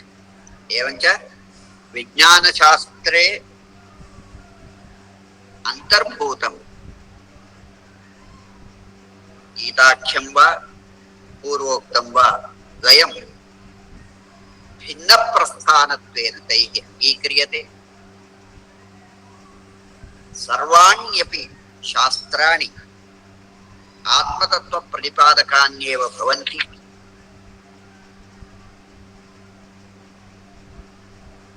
दर्शनशास्त्र मीमांसाशास्त्रयोः प्रतिपत्तिवैचित्र्यादपि मीमांसाशास्त्रस्य गीताशास्त्रस्य विज्ञानशास्त्रत्वमस्ति। केचन अद्यतनमीमांसाशास्त्रस्यैव वेदान्तशास्त्रत्वं वदन्ति, तथापि गीतायाम् अनेके नूतनाः विषयाः स्पष्टीकृताः, ये पामराणां शास्त्र अध्ययनेन अवगन्तुम् अशक्याः। इदमित्थम् इति आत्मस्वरूपं गीताशास्त्रे प्रतिपादितं, युक्तिः अपि प्रतिपादिता वर्तते इति अनेके श्लोकाः तैः विधृताः सन्ति। ते सर्वेपि गीतायां विद्यमानं वैशिष्ट्यं प्रतिपादयन्ति, गीतायाः विज्ञानपक्षत्वम् अङ्गीकुर्वन्ति इति अनेके श्लोकाः तैः उद्धृताः सन्ति। तेषाम् अर्थविवरणे वा वैशिष्ट्यसम्पादने वा कथने वा अधुना समयः अल्पः वर्तते। मम दत्तः समयः तावत् पूर्णः वर्तते। इतोपि मया 5 निमेषाः अधिकाः स्वीकृताः सन्ति। कृपया क्षमाञ्च याचे। श्रीशंकर शिक्षायतन पक्षेण शोध संस्थया कश्चन अवकाशः मह्यं दत्तः इति कृत्वा पुनरेकवारम् अहं धन्यवादकुसुमैः अभ्यर्चयामि। पुनः पुनः एतादृश सन्दर्भेषु योजयित्वा नूतनग्रन्थदर्शने अवकाशं कल्पयन्तु इति पुनरेकवारं प्रार्थ्य विरमामि। विस्तरात् नमांसि। धन्यवादाः आचार्य प्रवराः। भवद्भिः प्रदत्तं शारीरक विमर्शस्य आत्मविषयकं व्याख्यानम् अस्माकं कृते महत् उपादेयम् अत्यन्तम् उपकारी च विद्यते। भवद्भिः ओझा महाभागैः प्रतिपादिता अनेके विषयाः समुद्घाटिताः। यतोहि भवादृशाः शास्त्रमर्मज्ञाः आचार्याः एव एतादृशान् दुरूह विषयान् उद्घाटयितुं समर्थाः। अतः श्रीशंकर शिक्षायतन पक्षतः भवतः प्रति वारं वारम् आभारवचनं कार्तज्ञं च विज्ञापयामि। पुनः पुनः प्रणामं च निवेदयामि। बहुशः धन्यवादाः आचार्य प्रवरा।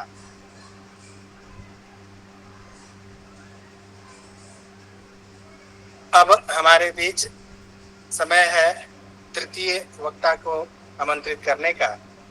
हमारे बीच समुपस्थित है श्री लाल बहादुर शास्त्री राष्ट्रीय संस्कृत विश्वविद्यालय नई दिल्ली के न्याय विभाग के आचार्य डॉक्टर रामचंद्र शर्मा सर। आप न्याय विभाग के आचार्य हैं और आप हमारे निवेदन को स्वीकार कर आज शारीरक विमर्श विषय व्याख्यान देने के लिए समुपस्थित हैं।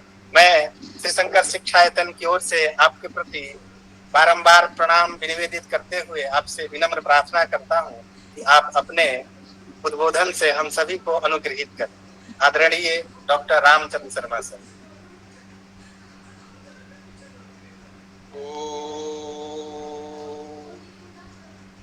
मम ध्वनिरायाति आयाति आयाति।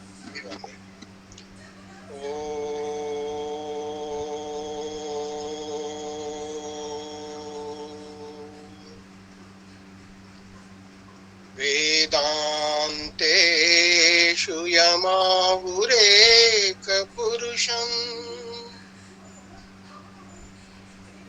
व्याप्य स्थितं रोदसी यस्मिन् ईश्वर इत्यनन्य विषयः शब्दो यथार्थाक्षरः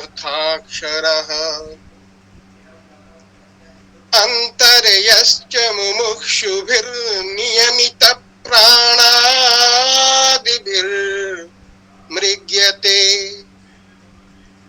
सस्थाणु स्थिर भक्ति योग सुलभो निःश्रेयसायास्तु वः सस्थाणु स्थिर भक्ति योग सुलभो निःश्रेयसायास्तु वः निःश्रेयसायास्तु वः निःश्रेयसायास्तु वः वागर्थाविव सम्पृक्तौ वागर्थ प्रतिपत्तये जगतः पितरौ वन्दे पार्वती परमेश्वरौ जगतः पितरौ वन्दे पार्वती परमेश्वरौ सदाशिवसमारम्भाम् शङ्कराचार्यमध्यमाम् अस्मदाचार्यपर्यन्ताम् वन्दे गुरुपरम्पराम् वन्दे गुरुपरम्पराम् वन्दे गुरुपरम्पराम्। सर्वेभ्यो आचार्येभ्यो नमो नमः। अत्र समवेतानां समेषाम् अध्येतॄणाम् अनुसन्धातॄणां सभ्यानां च अभिनन्दनम्। यथा च विमलमहाभागैः पूर्वम् आदिष्टः अस्मि यत् भवतां सम्भाषणं लोकभाषयैव भवेदिति। अतः भवताम् आज्ञां शिरोधार्य यथामति लोकभाषया सर्वेषाम् अध्येतॄणां कृते येन विषयसौलभ्यं भवेत् अतः भवदाज्ञामेव अनुसरामि। इदानीम् इस महनीय ज्ञान सातत्य सत्र के सार्वकालिक महामनीषी सर्वतंत्र स्वतंत्र यजमान आचार्य इस सत्र के अध्यक्ष एवं सभी सत्रों के अध्यक्ष के रूप में विद्यमान होकर के हम सबको अलंकृत करने वाले महनीय स्वनाम धन्य यशस्वी आचार्य प्रातः स्मरणीय श्री संतोष कुमार शुक्ल जी महाराज।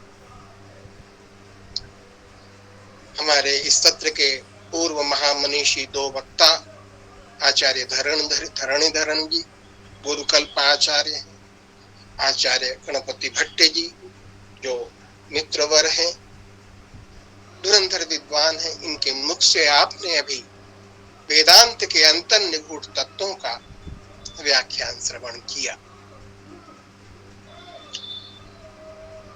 इसी सातत्य में मैं भी अपनी यथामति अपनी बुद्धि के अनुसार इस रहस्यार्थ को आपके समक्ष प्रस्तुत करने का प्रयत्न करूंगा। सर्वप्रथम मैं शंकर शिक्षायतन की आधारभूता परमाशक्ति मिश्रा जी का अभिनंदन करना चाहता हूं, जिनके इस महनीय प्रयास से हम सभी 2010 से सातत्येन शंकर शिक्षायतन के सानिध्य में इस विश्व रहस्य तंत्र के स्वरूप को जानने का बारंबार प्रयत्न करते रहे हैं और अध्येताओं के लिए यह सुगम अवसर प्राप्त कराते रहे हैं। इस ज्ञान सत्र के प्रमुख यजमान आचार्य श्रीमान शुक्ल जी का मैं बार बार अभिनंदन करता हूं, जो हम सभी को बार बार प्रेरित करके एकत्रित करके इस महान ज्ञान सत्र के लिए संयोजित करते हैं। इस क्रम में आप सभी लोग जानते हैं कि महामनीषी ओझा जी के द्वारा विरचित विविध ग्रंथों में अंतर रहस्य जो विद्यमान थे उनको उद्घाटित करने का हम लोगों ने बार बार प्रयत्न किया है। सर्वप्रथम संशय तदुच्छेदवाद को लेकर के हमारी महनीय गोष्ठियां हुई, जहां आचार्य ने समग्र वेदार्थ और तंत्रार्थ को संशय पूर्वक उपस्थित कराते हुए उच्छिन्न करके और समग्र अर्थ का प्रकाशित किया था। इसी क्रम में हमने महर्षि कुल वैभवम का भी अर्थ ग्रहण किया, जहां ऋषि तत्व के विभिन्न अर्थों को आचार्य ने उपस्थापित किया था। और इसी क्रम में ब्रह्म सिद्धांत का भी समालोचन अनुसंधान हम सब ने किया था, जहां ब्रह्म तत्व के रहस्यार्थ को आचार्य ने हमारे सामने उपस्थापित किया था। आज सौभाग्य से उसी क्रम में शारीरक विमर्श नामक एक ग्रंथ रत्न का समुद्घाटन करते हुए हम इस सृष्टि के रहस्यार्थ तक पहुंचने का प्रयत्न कर रहे हैं। साथ ही हमारे जो नए अध्येता अनुसंधाता हैं उनको इस गंभीर चिंतन के साथ जोड़ रहे हैं। अतः आप सभी आचार्यों का बार बार अभिनंदन। मणि जी जो संयोजक हैं, बहुत ही मनीषी अध्येता रहे हैं और आज भी सतत इस क्रम में लगे रहते हैं। विमल जी अत्यंत विनम्रावस्था में योजक तत्र दुर्लभा के क्रम बारंबार उत्प्रेरित करते हुए हम सबको जोड़ते रहते हैं। हम सभी का अभिनंदन करते हुए यथा योग्य अपनी बात को यहाँ प्रस्तुत करते हैं। शारीरक विमर्श एक महनीय ग्रंथ है। यह समग्र वेदार्थ का संग्रह ग्रंथ कहा जा सकता है। 16 प्रकरणों में यह विभक्त है और विभिन्न प्रकरणों में आचार्य ने समग्र वेदार्थ का संग्रह करते हुए और तत्संबंधी ज्ञान एवं विज्ञान दोनों का विधिवत निरूपण किया है। कुछ स्थानों पर ऐसे रहस्यार्थों का विज्ञापन किया है जो रहस्यार्थ उद्घाटित होकर के हमें और ज्ञान पिपासा की तरफ प्रेरित करते हैं। तो सर्वप्रथम तो मैं अपने आगे वाले अध्येताओं के लिए इस ग्रंथ के प्रकरणों में वर्णित जो विषय हैं वो संक्षेप में प्रस्तुत करना चाहूंगा, जिससे वो विद्यार्थी उस तरफ अनुसंधान के लिए प्रवृत्त हो सके। प्रथम प्रकरण में शारीरक दर्शन की आवश्यकता क्या है यह प्रतिपादित किया गया है। अभी आचार्य धरणीधरन जी ने इसी वस्तु को विभिन्न क्रमों से उपस्थापित कराया था। द्वितीय प्रकरण में ब्रह्म शब्द के विविध अर्थों का आचार्य ने निर्वचन किया है और उन निर्वचन के साथ साथ विभिन्न पक्षों को उपस्थापित करके और सृष्टि के कारणतावाद में संशय उपस्थापित करके पूर्व पक्ष की उपस्थापना करके उत्तर पक्ष उपस्थापन करने के लिए एक स्थापन किया है। तीसरा प्रकरण है वेद तत्व निरुक्ति, जो हमें यहाँ अपने व्याख्यान के लिए दिया गया है। इस पर विधिवत व्याख्यान अग्रिम क्षणों में देंगे। इस प्रकरण में वेद के स्वरूप का निर्वचन किया गया है। वेद विज्ञान कितना बृहद है, इसमें वेद तत्व की निरुक्ति है, जो मैं अनुपद अपनी यथामति इसका निरूपण करूंगा। चतुर्थ प्रकरण में आचार्य ने वेद के अध्ययन का महत्व बतलाया है। वो कहते हैं 5 प्रकार के वेदाध्ययन से चेतना की ऊर्ध्व गति होती है। वह विप्र, ऋषि, देव आदि क्रम में ऊर्ध्वगामिनी बनती है और उच्च उपाधियों को प्राप्त करती है। अतः वेदाध्ययन चेतना का ऊर्ध्वगामी क्रम हमें निर्धारित करता है। पंचम प्रकरण में वेद विज्ञान की विज्ञान वेद की शाखाओं का निरूपण किया गया है और विज्ञान वेद के शाखाओं के भेद से ही शब्दमय जो वेद है उसकी शाखाओं का भी विविध प्रकार से पार्थक्य हुआ है। अतः विज्ञान वेद की शाखाओं का भेद ही शब्द वेद की शाखाओं का भेद है, यह इसमें उपस्थापित किया गया है। मम शब्द आयाति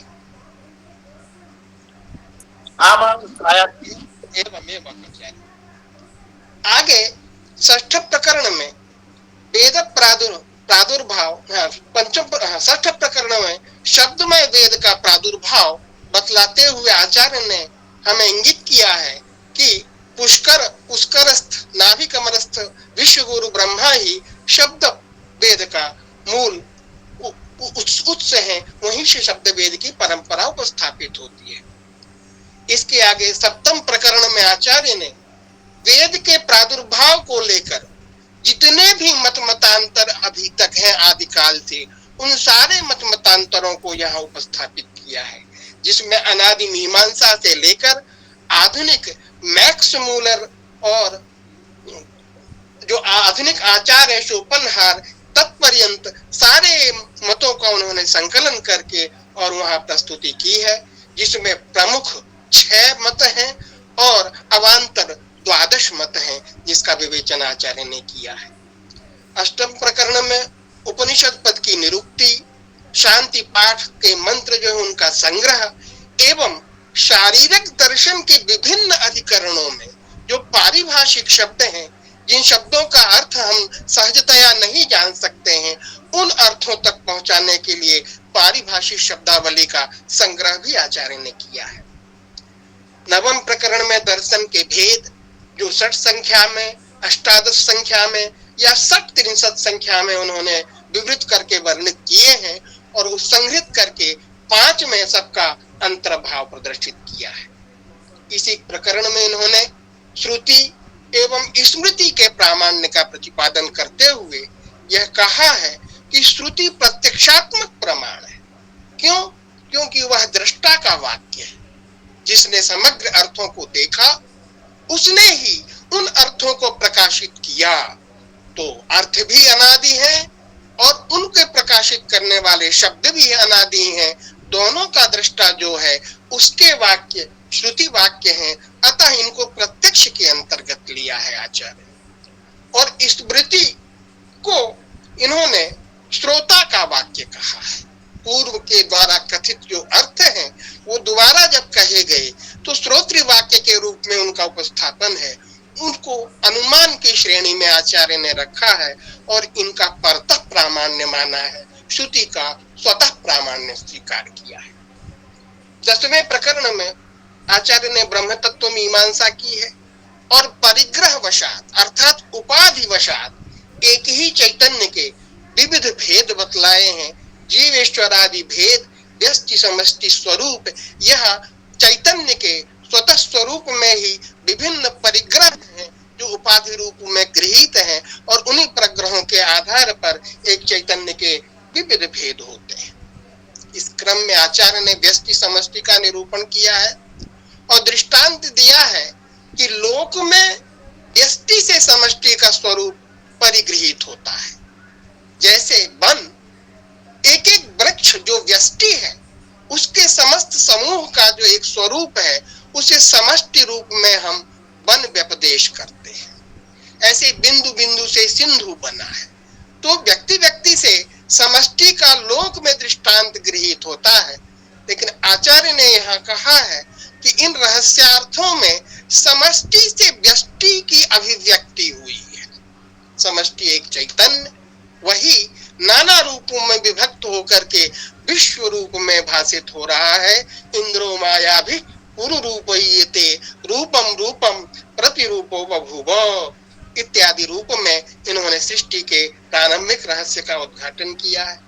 इसी क्रम में शारीरिक सूत्र जो वेदांत सूत्र हैं उन सूत्रों में के जो 4 अध्याय हैं उनमें 2 अध्यायों को इन्होंने ईश्वर निरूपण परक कहा है और अंतिम जो 2 अध्याय हैं उनको जीव स्वरूप निरूपण परक कहा है। ऐसे विषय विभाग करके अध्येताओं के लिए एक सरणी प्रस्तुत की है।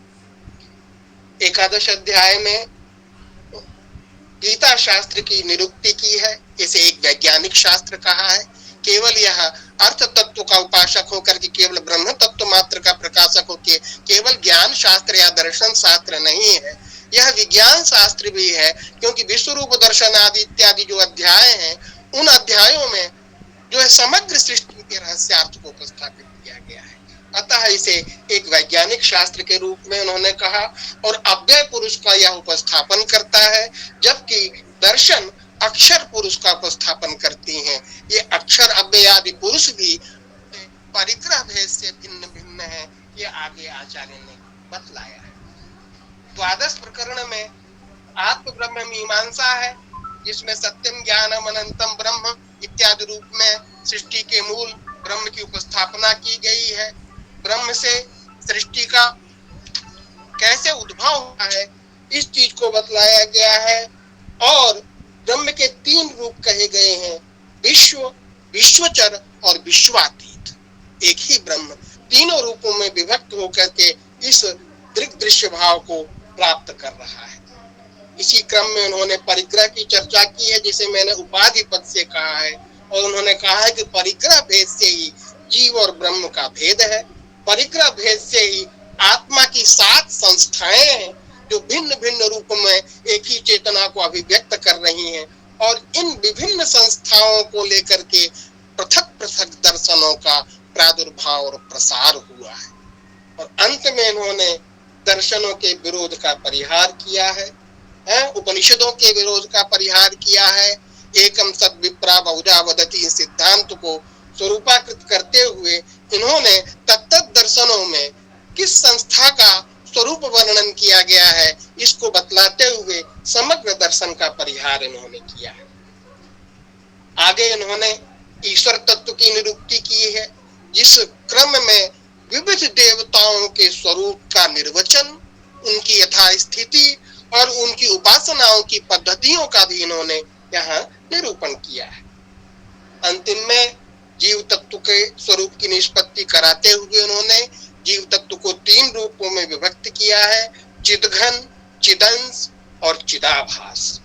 ये सारे रहस्यार्थ हैं, इनको वेदांत सूत्रों से लेकर के उपनिषद तक गुंफित किया गया है।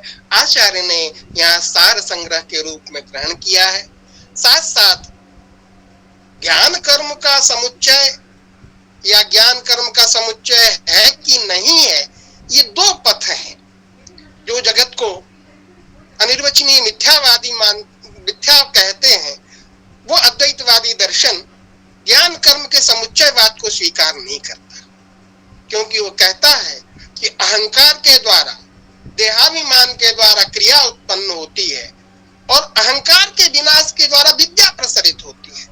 तो ज्ञान और कर्म का समुच्चय शंकराचार्य ने खंडित किया है, लेकिन आचार्य ने सर्वम खल्विदम ब्रह्म के सिद्धांत को लेते हुए ज्ञान कर्म समुच्चयवाद को स्वीकृत किया है। अतः अंत में इन्होंने सविशेष ब्रह्म नहीं, निर्विशेष ब्रह्म को ही सकल श्रुतियों के तात्पर्य का विषय बतलाया है। अतः जो पूर्व के सिद्धांत हैं, उन सिद्धांतों को लेते हुए एक नूतन दृष्टि आचार्य ने वहां उपस्थित की है। ये रहा ग्रंथ का सार संग्रह। अब मैं यथा समय मैं मणि से निर्देश करूंगा कि अगर समय हो तो वो मुझे इंगित कर दें, जिसे मैं उसी समय समाप्त कर दूं। अब मैं वेद तत्व की निरुक्ति की तरफ आगे बढ़ता हूं। जैसा कि आचार्य ने निरूपण किया कि यह सर्वम खल्विदम ब्रह्म, ये श्रुति कहती है कि जो कुछ भी दिखाई दे रहा है वो ब्रह्म ही है, और ब्रह्म जगत कारण है। ये तो वायुमानी भूतानि जायन्ते बृहत्वात् गृह्णत्वात् वा ब्रह्म। तो वो ब्रह्म तत्व दृश्य भावापन्न है। अब वो ब्रह्म तत्व का मूर्त स्वरूप हम क्या ग्रहण करें? कूटस्थ स्वरूप तो ठीक है, त्रिकालाबाधित जो भी हो, लेकिन मूर्त स्वरूप में आत्म तत्व का जो भी चिंतन और स्वरूप ग्रहण हो रहा है, वह वाक, प्राण और मन, इन तीनों रूपों में ही स्पष्ट प्रतीत हो रहा है। ये वाक, प्राण, मनोमय जो आत्म तत्व है, यह समष्टि व्यष्टि दोनों रूपों में एक रूप से ही गृहीत है। हम थोड़ी देर के लिए चार्वाक के सिद्धांत को लेके ही इस चीज का चिंतन का विषय बनाए, तो देहात्मवादी चार्वाक में भी आत्म तत्व अगर हम ढूंढना चाहेंगे तो इस शरीर में वाक, प्राण और मन, ये 3 ही चेतन तत्व के रूप में भाषित हो रहे हैं। प्राण संचरित है तो शरीर संचरित हो रहा है, वाक है तो हमें चेतनता की स्पष्ट प्रतीति हो रही है, और मन है तो विचार संक्रमित हो रहे हैं, संसरित हो रहे हैं। तो आत्मा का त्रिधा स्वरूप स्पष्ट रूप से हमें भाषित हो रहा है, और उसी चिदात्मा को इन्होंने वाक, प्राण और मनोमय कहा। अब उसी चिदात्मा की महिमा के रूप में वेद है। अस्य आत्मनः एव महिमानः वेदाः। तो जब आत्मा, वाक, प्राण, मनोमय, तो वेद भी वाक, प्राण और मनोमय ही होंगे। जैसे सूर्य अधिष्ठान और उसका प्रकाश, प्रकाश उसकी महिमा है जो प्रसरित है चारों तरफ, और स्वयं अधिष्ठान रूप में वह अपना आत्म स्वरूप में है। तो चित घन जो आत्मा है वह विज्ञानात्मा है, आनंदात्मा उसे कह सकते हैं हम, सच्चित आनंदमय उसका स्वरूप लक्षण कह सकते हैं। उसी को सत्यम ज्ञानम अनंतम ब्रह्म इत्यादि श्रुतियों से कह सकते हैं, कहा भी गया है। उसके प्रकाशक शास्त्र योनित्वात्, शास्त्रस्य योनि, यह सर्वज्ञ सर्विद यस्य ज्ञानमयम तपः, और शास्त्रम योनिर यस्य, दूसरा अर्थ लेंगे, क्योंकि उस ब्रह्म को तम तो औपनिषदम पुरुषम परिपृच्छामि, इस श्रुति के आधार पर अपनी कपोल कल्पना से किसी चित घन ब्रह्म अधिष्ठान का हम चिंतन कल्पन भी नहीं कर सकते। हम केवल पशु साधारण बुद्धि के द्वारा देहात्मवाद से आगे बढ़ ही नहीं सकते हैं। अतः जो औपनिषद पुरुष का प्रश्न है वही उससे हमें परम तत्व की तरफ चेतना को ले जाता है। तो यह वेद उसी चिदात्मा की तरह 3 रूपों में विभक्त है। आचार्य कहते हैं आत्मवदेव आत्ममहिम्नो वेदस्य वाक् प्राण मनोमयत्वम। जैसे आत्मा वाक् प्राण मनोमय है, वैसे ही आत्मा की महिमा जो वेद है वो भी वाक् प्राण मनोमय ही है। वाक् तत्व मूल है, वही शब्द तत्व ब्रह्म तत्व भी कह सकते हैं। श्रुति कहती है वागेव विश्वा भुवनानि यज्ञे वाचा विरूप नित्यया। भर्तृहरि ने भी कहा अनादि निधनम ब्रह्म शब्द तत्वम यदक्षरम विवर्त तीर्थ भावेन प्रक्रिया जगतो यथा। इसी अर्थ को लेकर के आचार्य कहते हैं मन प्राण गर्भिताया सत्याया वाचो विवर्ता ही में वेदा। ये वेद है क्या? कि मन प्राण गर्भित जो सत्य वाच है, सत्य से नित्य वाचा वाणी की उपस्थिति करा रहे अनादि निधनम वाचा विरूप नित्यया, उसके विवर्त है। ये सब आत्मा के महिमा है, आत्मा के स्वरूप को प्रकाशित करते हैं। आगे आचार्य ने कहा है कि यह अध्यवसाय है कि सर्वम खल्विदम ब्रह्म, यह ब्रह्म ही प्रजापति है। अधिष्ठान होने से और चेतन तत्व रूप होकर के अपने से भिन्न वस्तुओं में विभक्त रूपों पर ग्राह्यता ग्रहण करने के कारण यह ही प्रजापति है। और इसकी स्वरूप निष्पत्ति 3 रूपों में है। यह ज्ञानमय है, कर्ममय है और अर्थमय है। ज्ञानमय स्वरूप में इसके 3 स्वरूप लक्षण विद्यमान है, आनंद, विज्ञान और मन। आनंद उसका स्वरूप लक्षण है, आनंदम ब्रह्मेति विजानात्। विज्ञानम आनंदम ब्रह्म, विज्ञान भी उसका स्वरूप लक्षण है। मन उसकी स्पंद शक्ति है जो वस्तुतः उसमें अधिष्ठित होकर के जगदाकार के रूप में उसके प्रतिभास में हेतु बनती है। अतः यह आत्मा का ज्ञानमय स्वरूप ज्ञान तंत्र के रूप में आचार्य ने उपस्थापित किया है। दूसरा है कर्ममय। इसमें इन्होंने 3 तत्वों को उपस्थापित किया है, मन, प्राण और वाक। मन हमारे अंदर स्पंद शक्ति है, प्राण हमारे अंदर स्पंद शक्ति है। ये दोनों ही चेतना के साथ अभिव्यक्त हो रहे हैं और इन दोनों से संबंधित वाक तत्व हमारे साथ जुड़ा हुआ है। इन तीनों का संग्रह है, ये कर्मात्मा है। इनके बिना कर्म की कोई प्रसृति नहीं हो सकती। अतः यह स्वरूप उसका कर्म तंत्र है, वही विज्ञानात्मा कर्मात्मा होकर के भी भाषित हो रहा है। फिर अर्थमय स्वरूप है, उसमें 3 तत्व विद्यमान है, वाग, आपह और अग्नि। वाणी, जल और अग्नि तत्व, ये तीनों मिलकर के अर्थ तंत्र बनते हैं। अर्थ तंत्र मूर्ति है, जगत रूप में भाषित हो रही है। अब तत्त प्रधान जो यह चिदात्मा है, ज्ञान प्रधान जो चिदात्मा है, उसका महिमा जो वेद है उसे मनोमय कहा आचार्य ने। और कर्म प्रधान कर्म तंत्र प्रधान जो चिदात्मा है उसके महिमा वेद को प्राणमय कहा। एवं जो अर्थ तंत्र प्रधान जो भूतात्मा है, चिदात्मा है, उसको पुरुष संज्ञा करते हुए भूतात्मा के रूप में कहा है।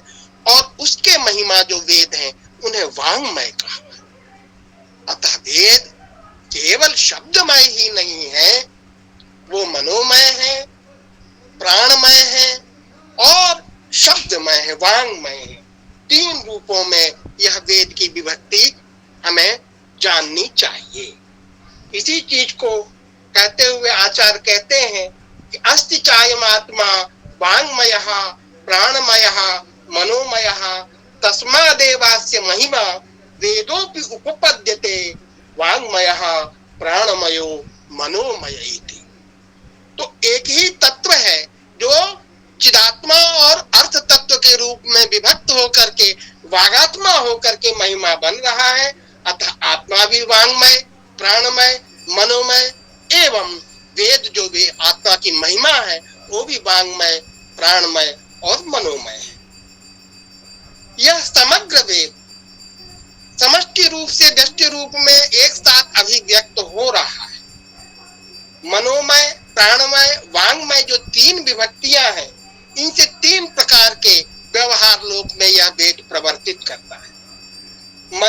विज्ञानम जनयति, मन के द्वारा विज्ञान को उत्पन्न कर रहा है। प्राणेन यज्ञम प्रवर्तयति, प्राण के द्वारा, प्राण बल का जो है मूल आधार है और उसके द्वारा यज्ञ का प्रवर्तन होता है। और वाचा सर्वम आकाश प्रदेशम परितो अभिव्याप्नोति, शब्द व्यापक है, वह कूटस्थ भी है और ध्वनि रूप में भी है। वेद दोनों ही रूपों में उपस्थित होते हुए ध्वनि रूप से, वाणी रूप से विश्व ब्रह्मांड में व्याप्त होकर के भाषित होते हैं। यह मनोमय, प्राणमय और वांगमय जो वेद है, यही वस्तुतः विश्व का दृश्य स्वरूप है। इसको श्रुति से वह स्पष्ट करते हुए कहते हैं, त्रयी वा एषा विद्या तपति, यह जो सूर्य के रूप में तप्त होकर के विश्व को प्रकाशित करने वाला यह जो तत्व है, सूर्य आत्मा जगत आत्मा के रूप में भाषित हो रहा है, प्रजापति के रूप में जो ये तत्व भाषित हो रहा है, वस्तुतः यह त्रयी में ही अंतर्भूत है, यह त्रयी ही प्रकाशित हो रही है। और सा खलु प्रजापति वेदाद एव एताम समग्राम सृष्टिम सृजति इति कृत्वा, कहा गया, मनु के शब्द का उदाहरण दिया है, वेद शब्देभ्य एवादौ पृथक संस्थाश्च निर्ममे, वेद शब्दों के द्वारा ही पृथक संस्थाओं का निर्माण किया है। तो शब्द से अर्थ की उपस्थिति होती है, यह सिद्धांत श्रुति सिद्धांत है, यह एक रहस्यार्थ है जिसे हमें अनुसंधान का विषय बनाना है। आगे आचार्य एक निष्कृष्ट अर्थ कहते हैं कि तेने तद विश्वम प्राणमयम मनोमयम वांगमयम च उपपद्यते, ये समग्र विश्व प्राणमय, मनोमय और वांगमय है। और साथ साथ कहते हैं कि वेदमय एव अयम ईश्वरो विज्ञायते, ईश्वर तत्व भी वेदमय ही विज्ञप्त हो रहा है। ये वेद से अतिरिक्त कोई ईश्वर तत्व खोजने की आवश्यकता नहीं है। आगे अन्यत्र पुराणों में भी कहा गया है, वेदः नारायण स्वयं, नित्य ज्ञान में और विवर्त रूपता, एक ही वस्तु के दो रूप हैं। विवर्त जो है ध्वन्यात्मक शब्दों के रूप में हमारे सामने उपस्थित है, नित्य ज्ञान कूटस्थ रूप में हमारे सामने उपस्थित है।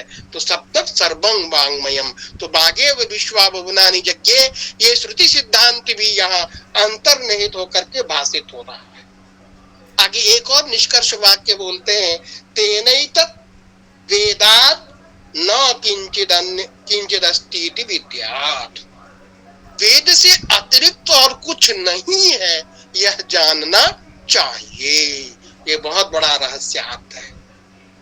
अब यहाँ एक बहुत बड़ा एक रहस्य तंत्र उन्होंने हमारे सामने उपस्थापित किया है कि यह जो वेदमय ईश्वर है, इसका अधिष्ठान क्या है।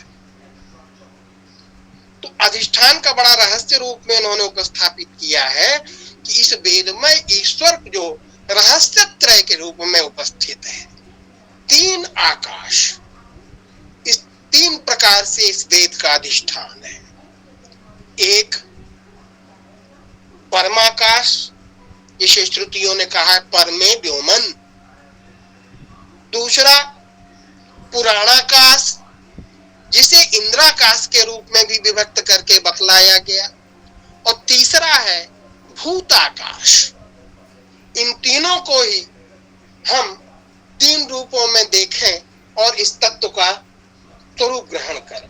श्रुति का निर्वचन करते हुए आचार्य कहते हैं खम ब्रह्म, यह श्रुति हमें परम आकाश की उपस्थापित करा रही है। दूसरा है खम पुराणम, ये बृहदारण्य के वाक्य है। खम पुराणम, खम आकाशम पुराणम, यह दूसरा जो पुराणाकाश है, जिसे इंद्राकाश कहते हैं, जिसे इंद्राधिष्ठित आकाश कहा जाता है, यह दूसरा आकाश है। तीसरा भूताकाश है, जो शब्द गुणक होकर के हमारे यहाँ भाषित हो रहा है। तो परम व्योम जो है वो अनंत है, उसकी कोई इयत्ता नहीं है। सत्यम ज्ञानम अनंतम। सत्यम ज्ञानम अनंतम ब्रह्म, और उसकी महिमा वेद भी अनंत ही है। अब दूसरा जो वेद है,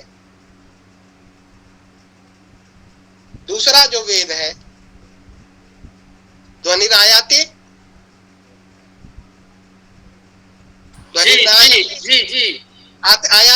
आयाते एवं एवं एवं।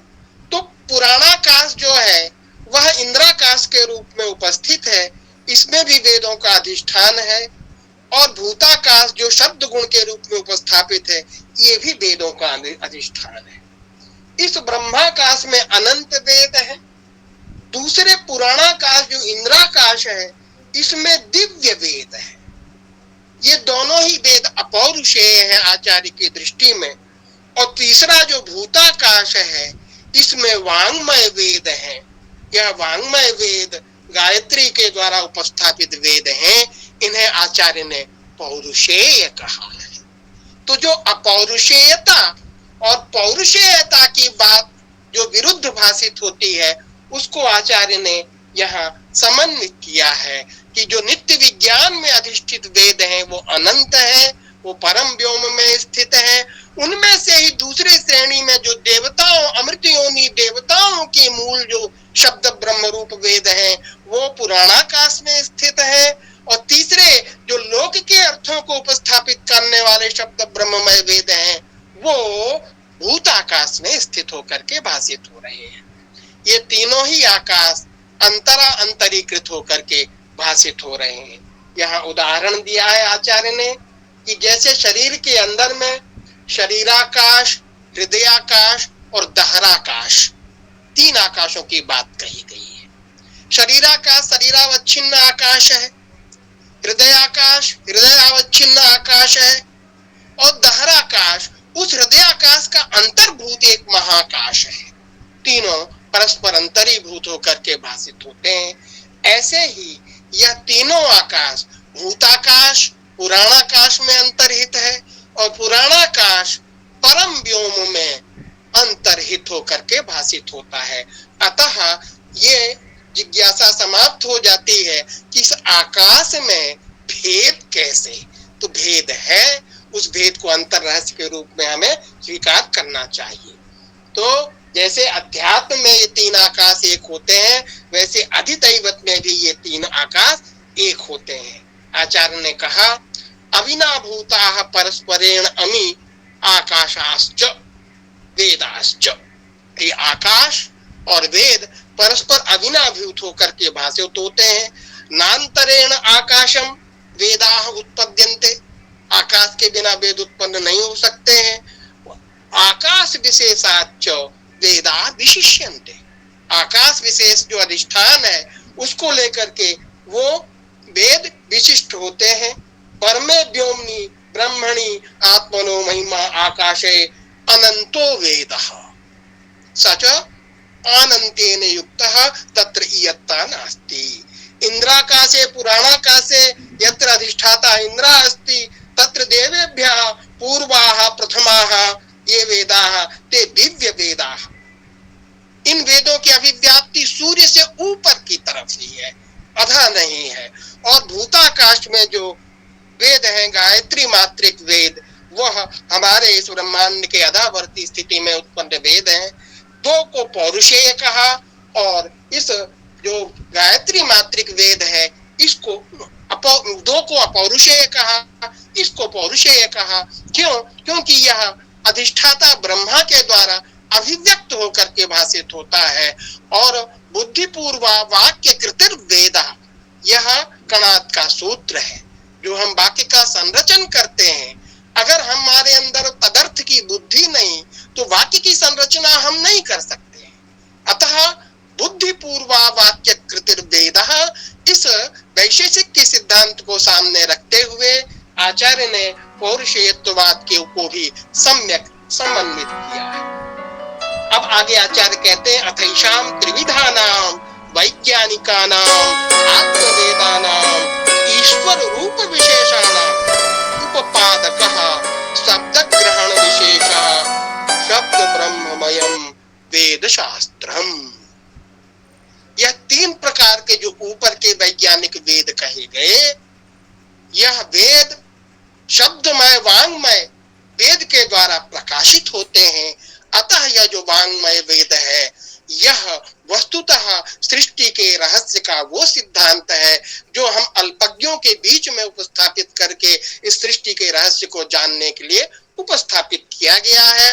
और यह उसका प्रकाशक होने से उससे पृथक है, ये नहीं कह सकते। विज्ञान रूपत्वात् तदंतर्निहित है, लेकिन यह अभिव्यक्त होता है तो इसके तिरोभाव की स्थिति भी है। अतः यहाँ पौरुषेयता इसकी स्पष्ट माननी चाहिए। आगे आचार्य अपनी बात को पुष्ट करने के लिए द्वे ब्रह्मणि वेदितव्ये शब्द ब्रह्म परम च यत् शाब्दे ब्रह्मणि निष्णातो परम ब्रह्मादि गच्छति।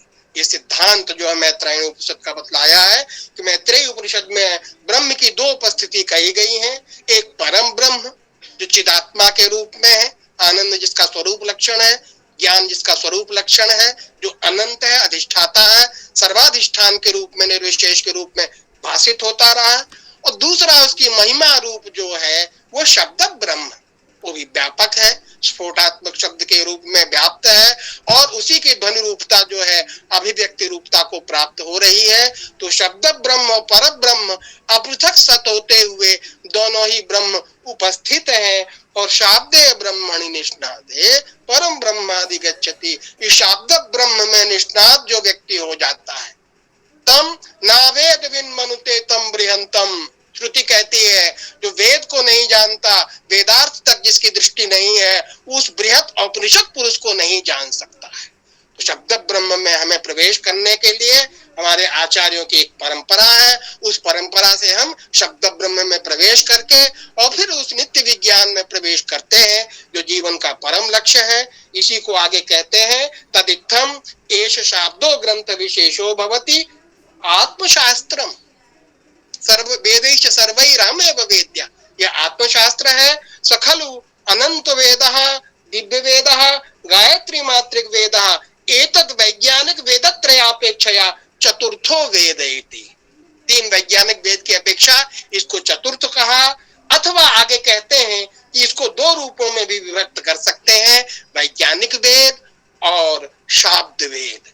इनके अंतर्निहित तत्वों को भी आचार्य ने बड़े आगे विस्तार रूप में मंत्रादि रूपता और मंत्र ब्राह्मण और वेद नाम ध्येयम, वेद की विविध शाखाओं का निर्वचन उन्होंने अच्छे तरीके से किया है, जिसको आगे के कभी किसी प्रकरण में चिंतन का विषय बनाया जाएगा। इसी के साथ मातृ सहित सभी आचार्यों का अभिनंदन करते हुए मैं वाणी को यहीं अपनी विराम देता हूँ। ओम पूर्णमदः पूर्णमिदं पूर्णात् पूर्णमुदच्यते पूर्णस्य पूर्णमादाय पूर्णमेवावशिष्यते।